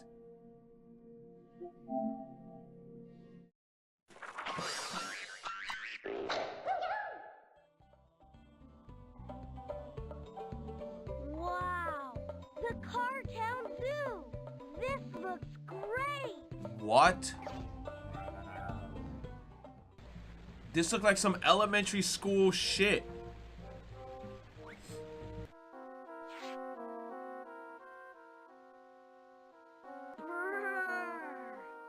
Arctic land is sure cold. Look at all that snow up there. It looks dangerous. We better be quiet, Pep, or we might cause an avalanche. Make noise. That was a close one. Fucking dog. Achoo! Phew! Oh my goodness! That avalanche almost got us. Now how are we gonna get Use the shovel. The shovel. Wait, this game kind of fire. Great! Now I can keep on driving. You need the log.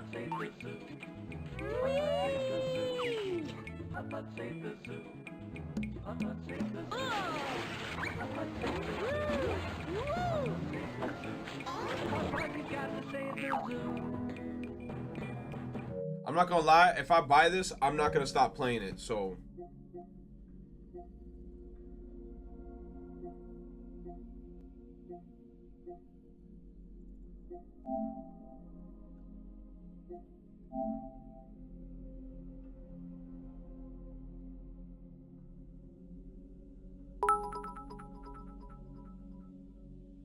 Fun fact about the Phantom Breaker opening: it's sung by Emily, who is Kizuna's voice actor from I2.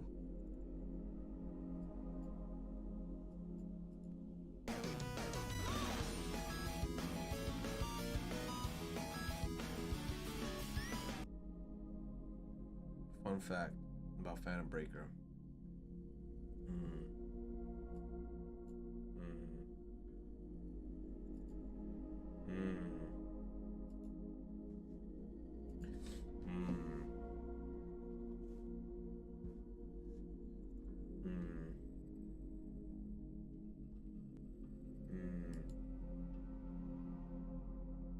necessarily a character that we follow throughout the story. To me, this feels a little bit more personal and appeals to a certain feeling inside all of us. Oftentimes it won't make sense until much later when these seemingly random tidbits start to merge are taken to correctional facilities located at American monuments in order to symbolize a return to American virtues. I'm watching. When these people I'm watching till we stream 12 hours and 30 minutes. So I'm giving this video 6 minutes.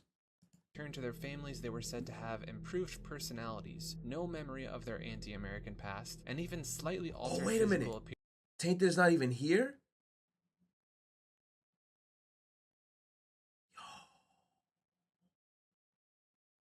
Tainted gone? Fuck! Appearances, or in several of the videos that 6 will tell minutes. the story of a national, like Slim Shady said. 6 minutes. 6 minutes. Monument and a creature living inside of them. They will only show a few frames of the monster, giving just enough vibe of creepiness to get you thinking. Alex released a 31-second teaser for Season 1 of the Monument Mythos, where he will be going over international monuments next. We've seen a couple of entries into this, but it seems like Alex has started to make some more, and we're all excited for him. The hell is that? 88.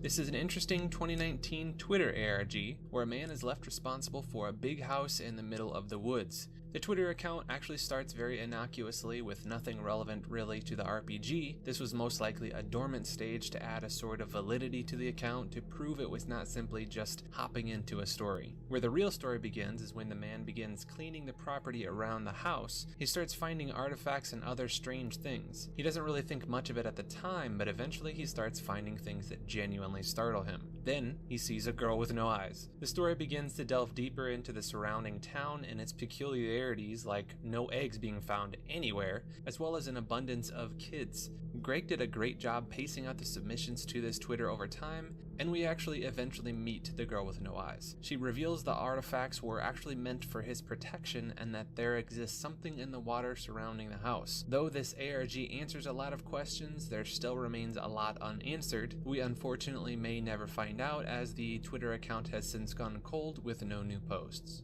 Local 58. So Local 58 has taken on a bit of a cult following. On the surface, it appears to be a series of scheduled broadcasts by a local news station. When analyzed, however, you begin to see that this has a much more sinister agenda at play. Each of these videos are only a few minutes long, but really drive home their point. Throughout its story, we see a strong emphasis on the moon and what happens when people look at it. We see an emergency broadcast that advises us to avoid the moon, and then that same broadcast seems to be hijacked and instead tells us to go outside immediately and look at the moon. Then we see these messages telling us, "It's in the light. The moon came in. He found me. Through the mirror. Moonlight white. White like eyes. Not light but blood. I drown in him. Whoa. If you are afraid, we will look together." Whoa. We then see a clip of the moon descending with a crowd Majora's of people Mask screaming in the background. In other videos, we see personalized sleep programming for a Philip Gerhard, involving a number of image faces and seemingly subliminal programming through these phrases. There's also a show for children on the same Isomnium channel also that did an seems to ARG be before programming I2 was for kids released. as well. Some There's of the clearly stuff a lot more discovered here than links meets to the eye. Diverge. You should check it out sometime.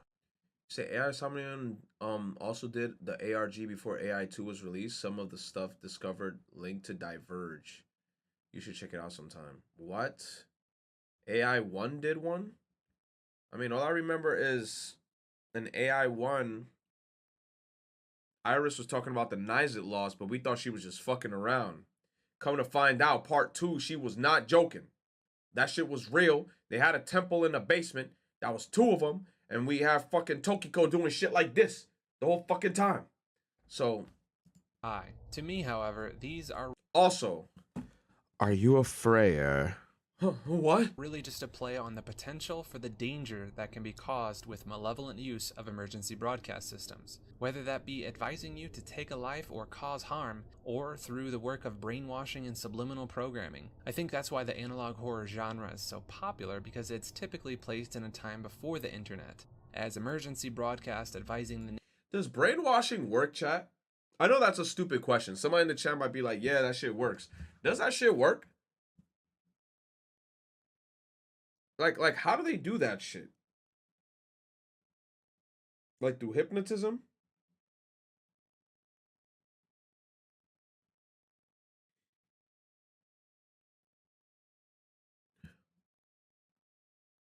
It can, depends. Maybe you've already been brainwashed.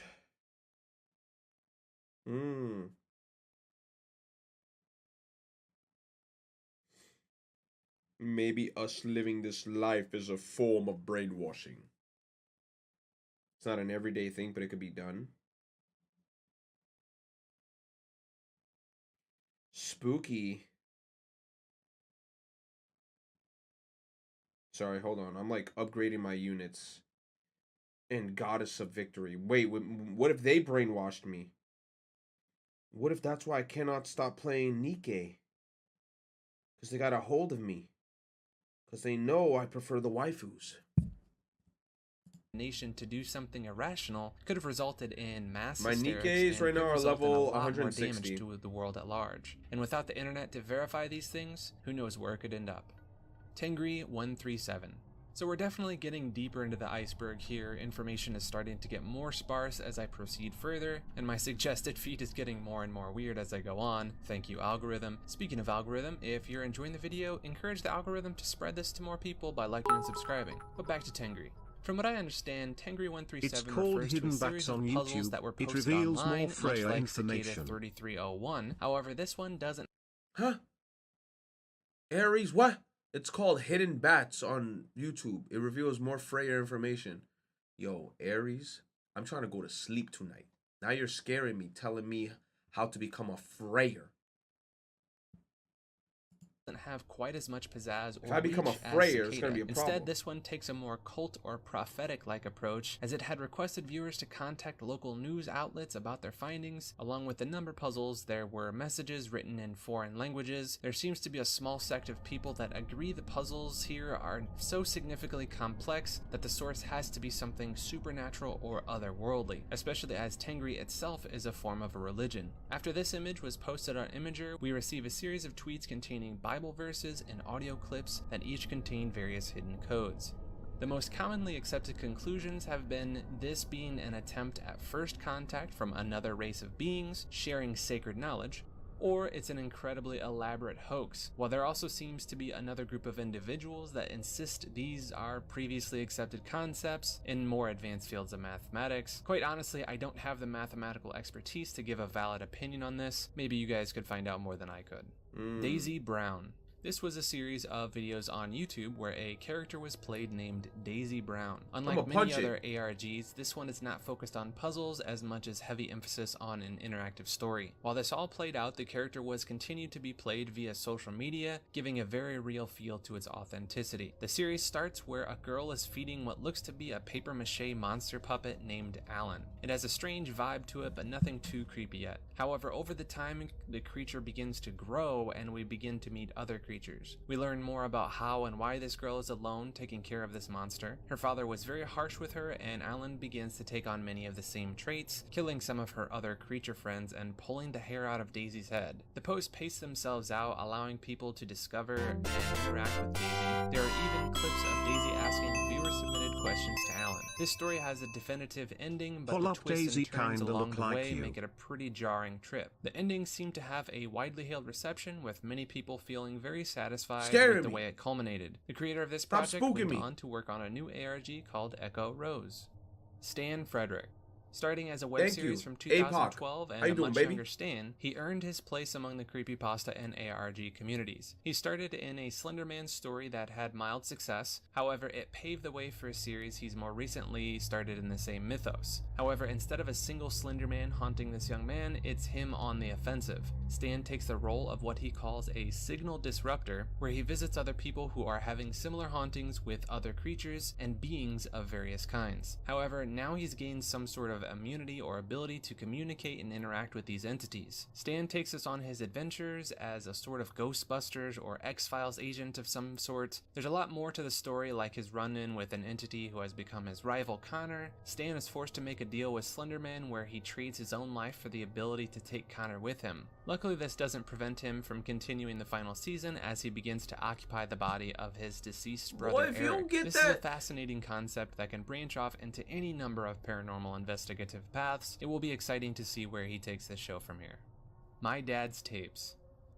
This started as a YouTube channel that was documenting an investigation a man named Chris was having with several tapes that were left after his estranged father died. On these tapes were recordings of various shows and movies. However, interwoven between the shows featured a series of stalkings and murders of different young women by a masked man. Since Chris never knew his father, he was unsure of his father's ability to do such a thing. After this, he interviewed a number of different people about their thoughts on whether or not his father would do such a thing. The results were mixed, but nevertheless we're introduced to Chris's uncle Don, who will play a pivotal role in this series. Eventually, we're introduced to the ARG's sister channel, aptly named Do Not Continue, to warn off Chris from pursuing his investigation any further. The two channels go back and forth in response to one another, with Do Not Continue's channel displaying various murders, and in response, Chris continuing to find new clips on his dad's tapes and posting them online. The antagonist kidnaps Chris's girlfriend, and eventually a meeting is held between the two, in a restaurant in broad daylight, might I add. And it was at this point all remaining sense of immersiveness is thrown out the window for me. Nevertheless, the production value throughout the series is pretty decent with some on-point acting at times, but I think it's ironic that Chris points out that Do Not Continue is just killing senselessly just to kill, and to me that's exactly what this show ended up being. Just a surface level murder porn,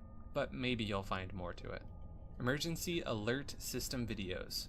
Outside of the emergency those are my favorite. I like the emergency alert system videos. Podcasts from the earlier entries in this list and others like them, I wasn't sure exactly what this was in reference to, but I believe I found something that correlates with it. It revolves around these fake emergency broadcasts. While not necessarily an ARG on the surface, they can still fall under the category by checking off some of the same boxes. People interweave these videos into clips of something entertaining that is watchable to begin with, then they prank their friends or family with this alert. So while we're not involved as a viewer, the unsuspecting victims are unknowingly playing a game with the organizer of the prank. And realistically, when I was researching these videos and imagining what it would really be like to experience an authentic event like this, it's truly a chilling thought.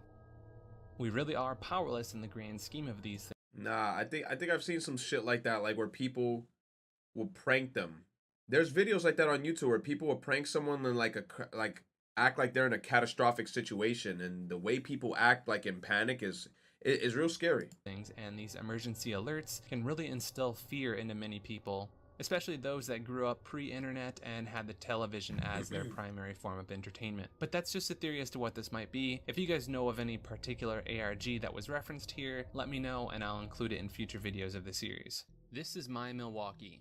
This lesser-known ARG ran from 2008 to 2009 with a pretty definitive end point. The original piece of content involved an 11-minute video that comes off as an advert for the great city of Milwaukee. The first few attempts feature residents of the city claiming that this was their Milwaukee, followed by a number of various attractions throughout the city. But after this short intro, the real calling for the video steps up. At about the 3-minute mark, the narrator casually mentions, with containment and decontamination well underway, young professionals are flocking back to Milwaukee. Nightlife is thriving as though nothing ever happened, but there's no mention of what happened, and the narrators continue forward with his speech about how great the city is, as well as a tiny comment about finding partners other than humans. Up to this point, we've only seen subtle references to Black Star, but around 4 minutes, we hear a concrete reference to this company. Shortly after this, we see a couple drinking and dancing, and we begin to sense that oh so familiar discomfort that's found in many ARGs. We see likely various facts pop up while they're dancing, and then a final fact with intentionally short appearance on screen with uncertain meaning. Then we see the couple walking out of the bar and walking separate ways. The narrator then gives a hip talk to the teens that will be moving to the city, along with some friendly advice to never travel alone or forget your rebreather and flare gun, again with no context around the warning. Here is where we hear the first reference to the Godseed fragments chasing you and leading them to Class K rated facilities. We then hear the narrator arguing with somebody in the recording studio and the narrator saying, "Throw him to the Godseed fragments." After this, things start to become a little clearer with reference to people leaving en masse. The narrator says they don't blame us for leaving, and Black Star doesn't either. They are offering us a free stipend of dark bucks and 2 years of free housing from Black Star.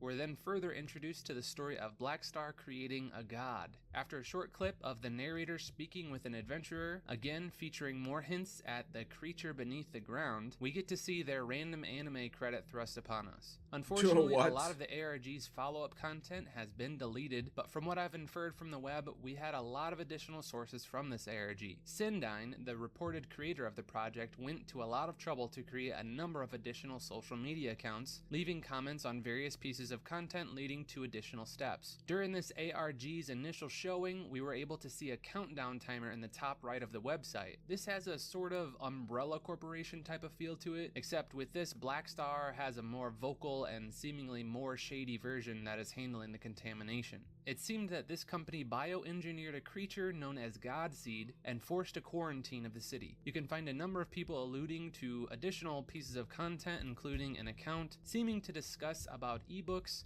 However, it led people further into the ARG. These fueled this ARG, but since nobody has really kept up with it after its finale, it's difficult.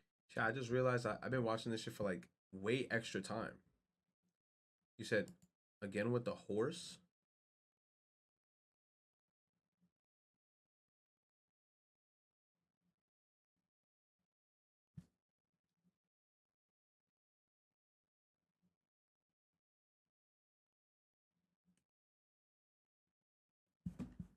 And chat with that, we're gonna end the stream.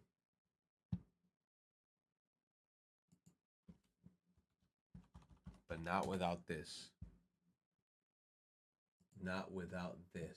Not without this. You already know where the fuck we're going. People's gonna be pissed in the chat, bro. Not without this.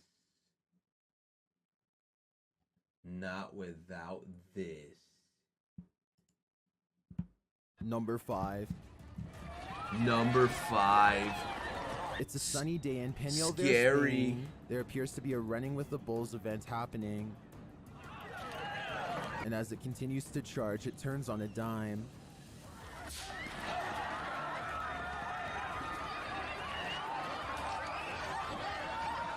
I'm about to be on my Kratos. I'm about to be on my Kratos flow.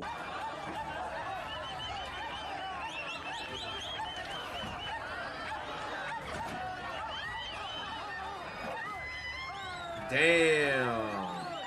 You know what they say, mess with the bull and you get the horns. Number 4.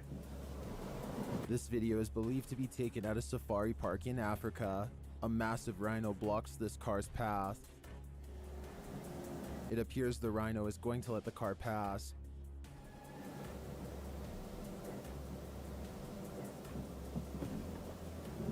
But it turns out that is not the case.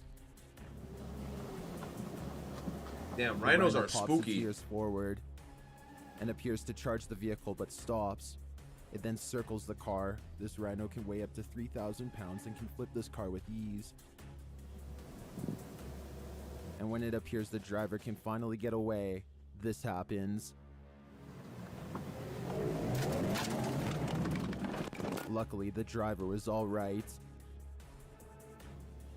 Wow, so you try to go and hit me with a crit? Alright. After that situation, I would have came back at nighttime. They would have been like, who that? That's Retro. What he got? A bazooka. Just a bazooka. Number 3. You motherfucker! That was Taken in Hearst, Ontario, Canada. This man is hunting with a bow and arrow. A bow and arrow? This motherfucker trying to die. This man went back to biblical times. That's not even biblical times, bro, but he wildin'. He hunted with a bow and arrow? What? Who the fuck? Yeah, he think he in Horizon Zero Dawn? What?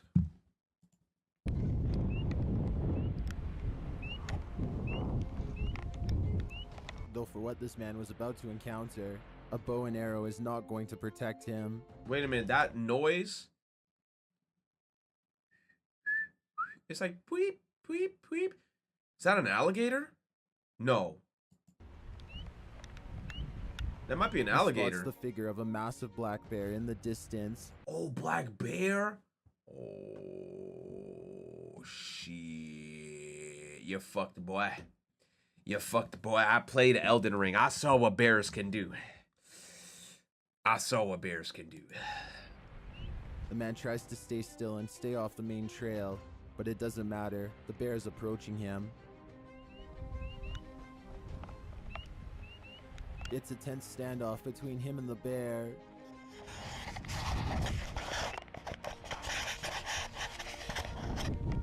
And the man is not sure what is going to happen next. He readies his bow and arrow.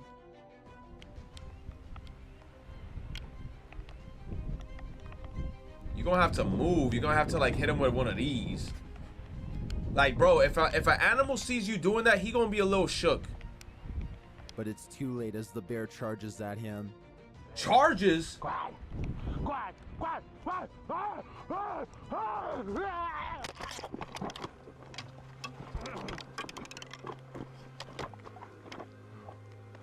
Damn.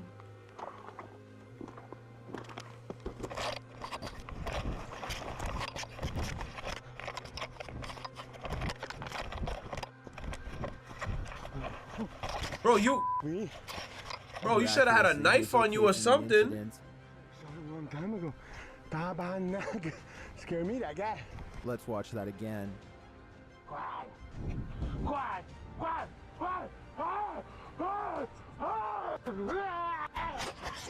Nah, bear bro. literally tackles him to the ground.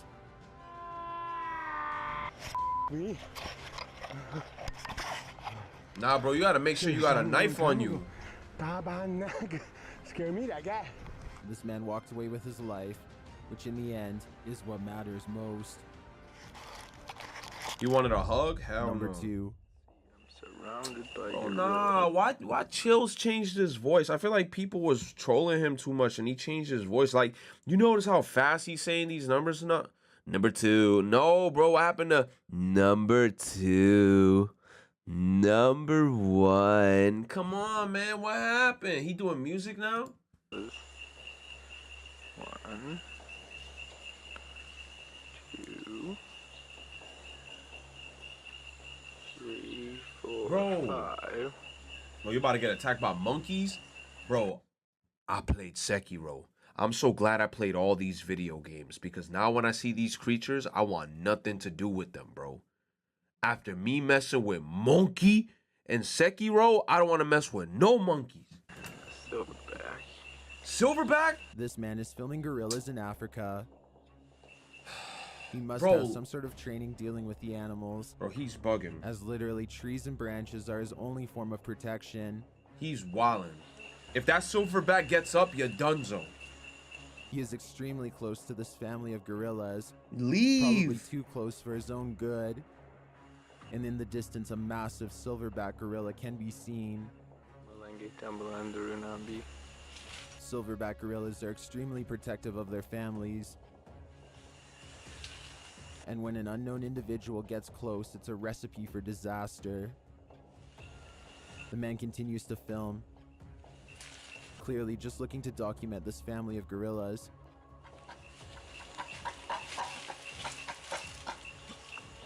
Finally, the silverback has had enough. Oh, you're donezo.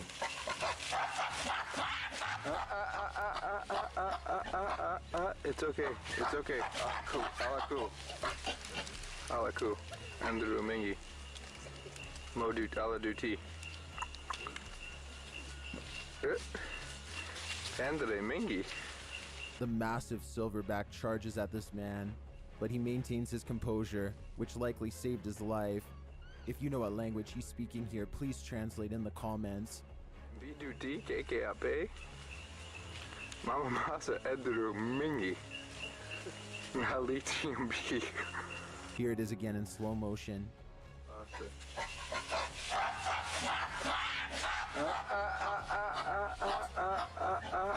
I mean, I thought it was gonna be one of those that looked like, you know, like a mid-game boss. He looked kind of like one of those NPCs. So, sorry. The gorilla could have ripped this man in half if it wasn't for these branches. Modu Tala Duty.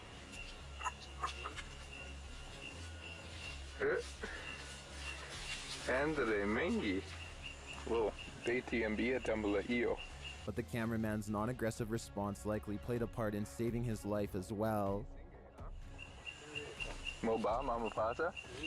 At least he got experience with them. Low Tumbler Gay. Whoa. Now what was that? The cameraman was shaken but unharmed. He said something that day. Number one. Oh, you got attacked by a polar bear? Snowy day on the Kuril Islands. And this snowmobiler and his friends have a fishing camp set up nearby. It's nothing but barren snowy tundra as far as the eye can see.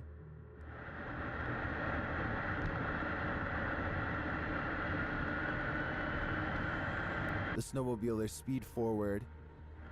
They thought they saw a bear nearby and are going to check the surrounding area. Why would you go check? And then the figure of something big can be seen in the distance. It's running towards you, bruh. Why are you going towards it? The snowmobiler passes the massive grizzly bear. Now you're going chase. But surprisingly circles back around. Why y'all playing with him? It appears as though they're trying to chase the bear out of the area. Now he gonna be Snowmobilers pissed. Get very close to the bear. Oh, why? When he turn around, you're donezo. It appears their plan to chase it away is working. Until... What's poppin'? Let's watch that again. It happened so quickly. The bear turns around, rearing its full size at the snowmobile. That's a big boy. You saw his paws? It appears as though the bear stands up and is about to swat the snowmobiler with its claw. Now look at his The claws. snowmobiler slips right underneath the bear's You saw his arm. claws? But that's not the end of this encounter. Oh, it keeps going? They circle back again. Why? And once again chase the animal that almost ended this man's life. Bro, y'all just The other playing now. snowmobiler appears to take the lead at this moment, getting very close to the bear.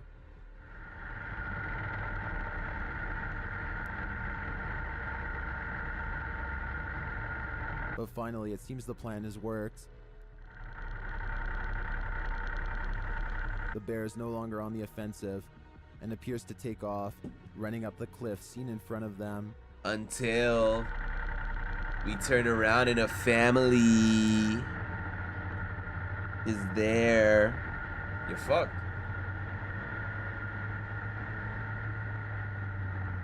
The bear continues to flee until it's barely noticeable in the distance.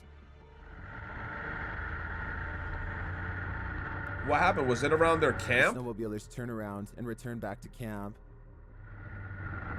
I think that's why, because it was close to their camp. Securing the location so they can get back to fishing. Oh, they wanted to fish. This has been documented reality. Oh my god. Chills, my guy. Please. Chills, please, please, please, please, please, please, please, please, please.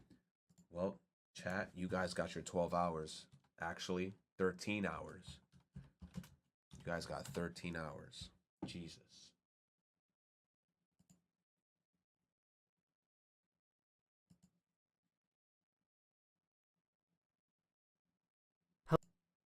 Hello everyone, this is your daily dose of internet. The police came to stop these protesters, but they got stuck in the mud. The mud appeared to have no effect on the wizard whatsoever.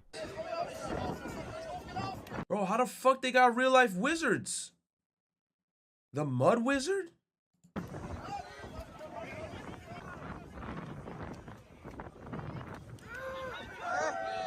Ooh! Avery, But I'm pretty sure my shift I get off early. do the zombie scream. Wait. This is proof.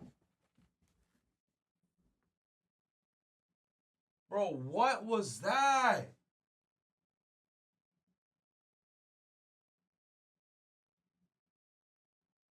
Bro.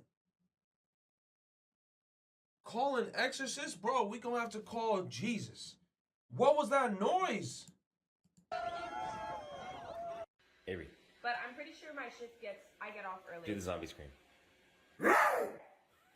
What the hell?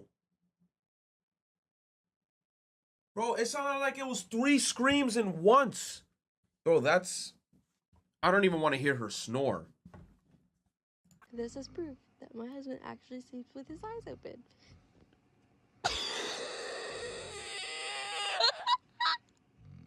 He's sleeping? Cap.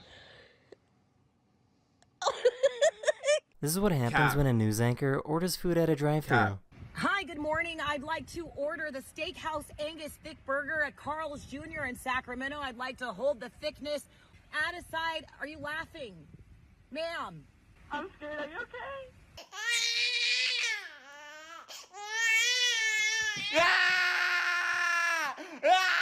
Hell yeah. Hell yeah. Look at her eyes. Show her that medicine, man. Scream louder. While waiting at a red light, this guy noticed that this woman left her phone on top of her car.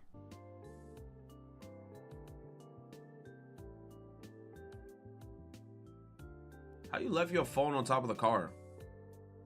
So I guess if you're a white person and you go to India, you will instantly become a celebrity. This woman visited India and everyone wanted to take a picture with her. This is how it Oh, is. hell no. Non-stop here. Nah. If that was me, I would have started charging people. I'd have been like, nah. $5. $5 a picture. I ain't just taking pictures for free with random ass people. I don't even know who the fuck y'all are. There's a waiting line over here. There's a waiting line? I'm charging people at this point. Y'all want to take a picture with me so damn bad? Pass the money. She's inundated. Oh my god. Are you okay? This baby was making fun of her grandma for not having I don't claim him. I don't claim that cat. I don't claim him. any teeth. You quit that. Ew!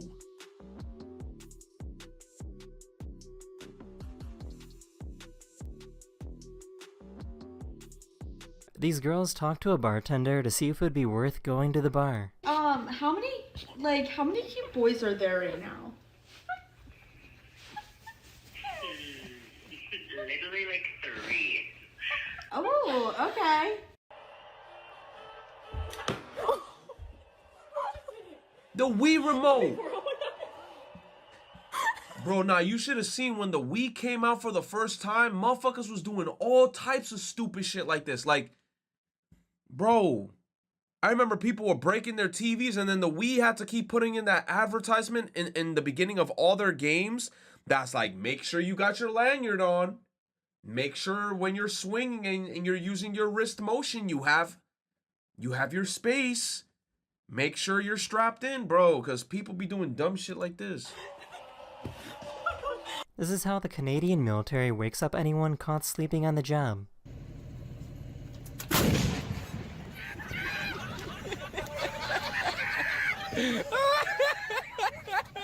This diver knows how to Canada has a military? defend himself from slow-motion turtle attacks. Wait, why that turtle trying to bite him? Now, how hard do they bite?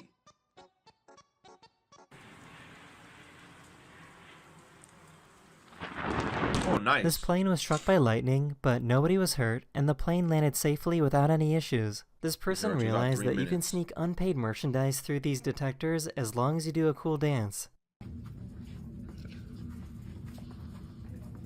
She tweaking. This dad forgot to bring his glasses, but this restaurant is so fancy that they have an entire case of glasses to borrow. You can say the words, Mom. Yeah. Can you see the words? Yes, You sure? Yes. Okay. That is the end of this video. I really hope you enjoyed, and I'll see you guys again very, very soon. Later. Oh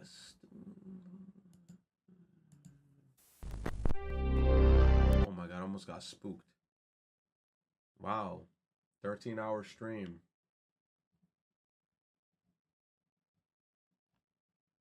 Wow. Short stream. Shortest streamer. Shortest.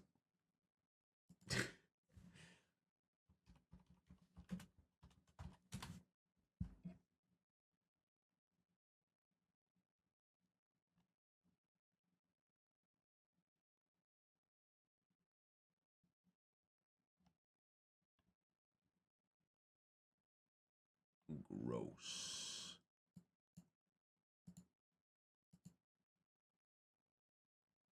You say Fabrinsky's probably knocked out? Good. Wee wee wah wee wah wah wah wah wah woo. All right, chat. Fabrinsky's drooling on his keyboard. Nasty. Bro, everybody keeps on talking about that one police officer that fucked like a bunch of dudes. And like, she's become like a meme. Like, she fucked everybody in the police station. And she was married. Wait,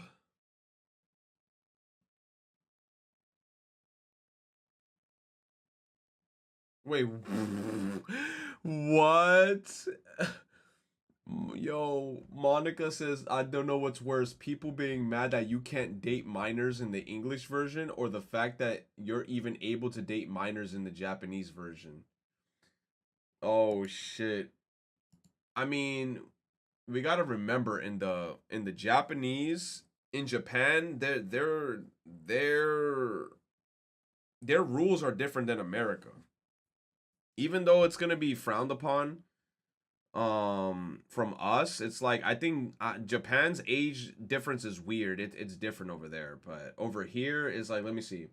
Apparently they censor some of the characters' relationships for the English version, which 17-year-old minor hitting up a 20-year-old man, and they 17, 16-year-olds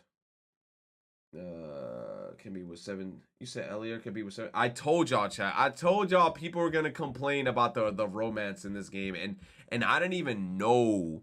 I didn't even know that was gonna be the case when it came to this game, bro. I didn't even know. But I just felt like it was gonna happen because every Fire Emblem game, man, people just complain about romance a lot.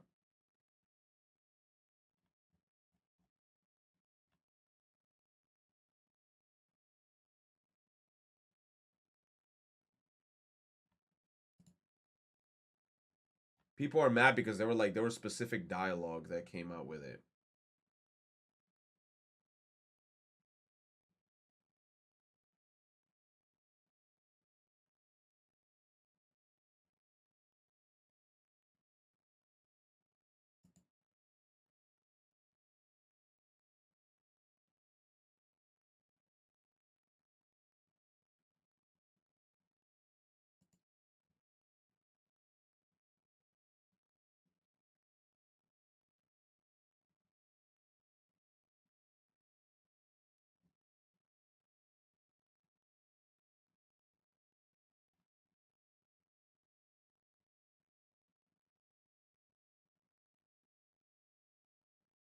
Ay. Okay, chat. I'm just reading mad shit on fucking Twitter. People, like, I literally hop on Twitter right now and I see mad people just mauling about a bunch of random shit. Oh, that 90s show, did it come out? I think it came out already, right? Yo, Fez looks good. Fez looks good, dude. Yo, that's my boy Fez, dude. Fez looks good. All right, chat. I'm about to go to sleep. Thank you guys for coming out to the live stream. I appreciate y'all. Have a good night. Sleep tight. Don't let the bed bugs bite. I'm not going to raid anybody. I'm just going to end stream because I'm tired. Have a good night, chat. 13-hour stream. The VOD might be nuked. I don't know. I'm going to leave it up probably for a little bit just so Rios and Zav could do whatever the fuck they want with it, but this shit probably going to die. Thank you guys for coming out.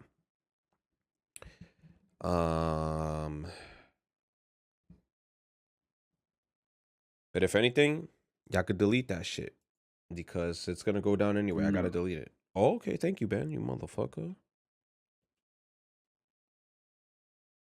All right, Ben.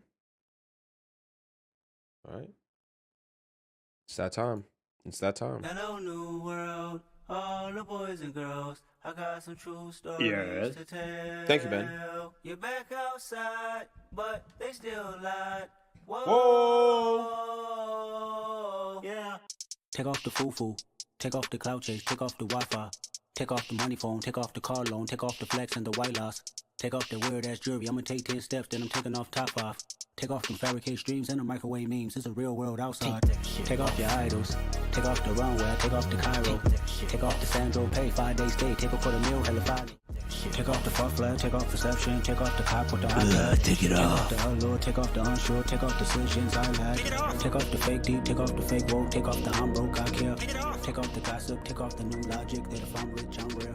Take off the should know. Take off the doje. Take off the Birkin bag.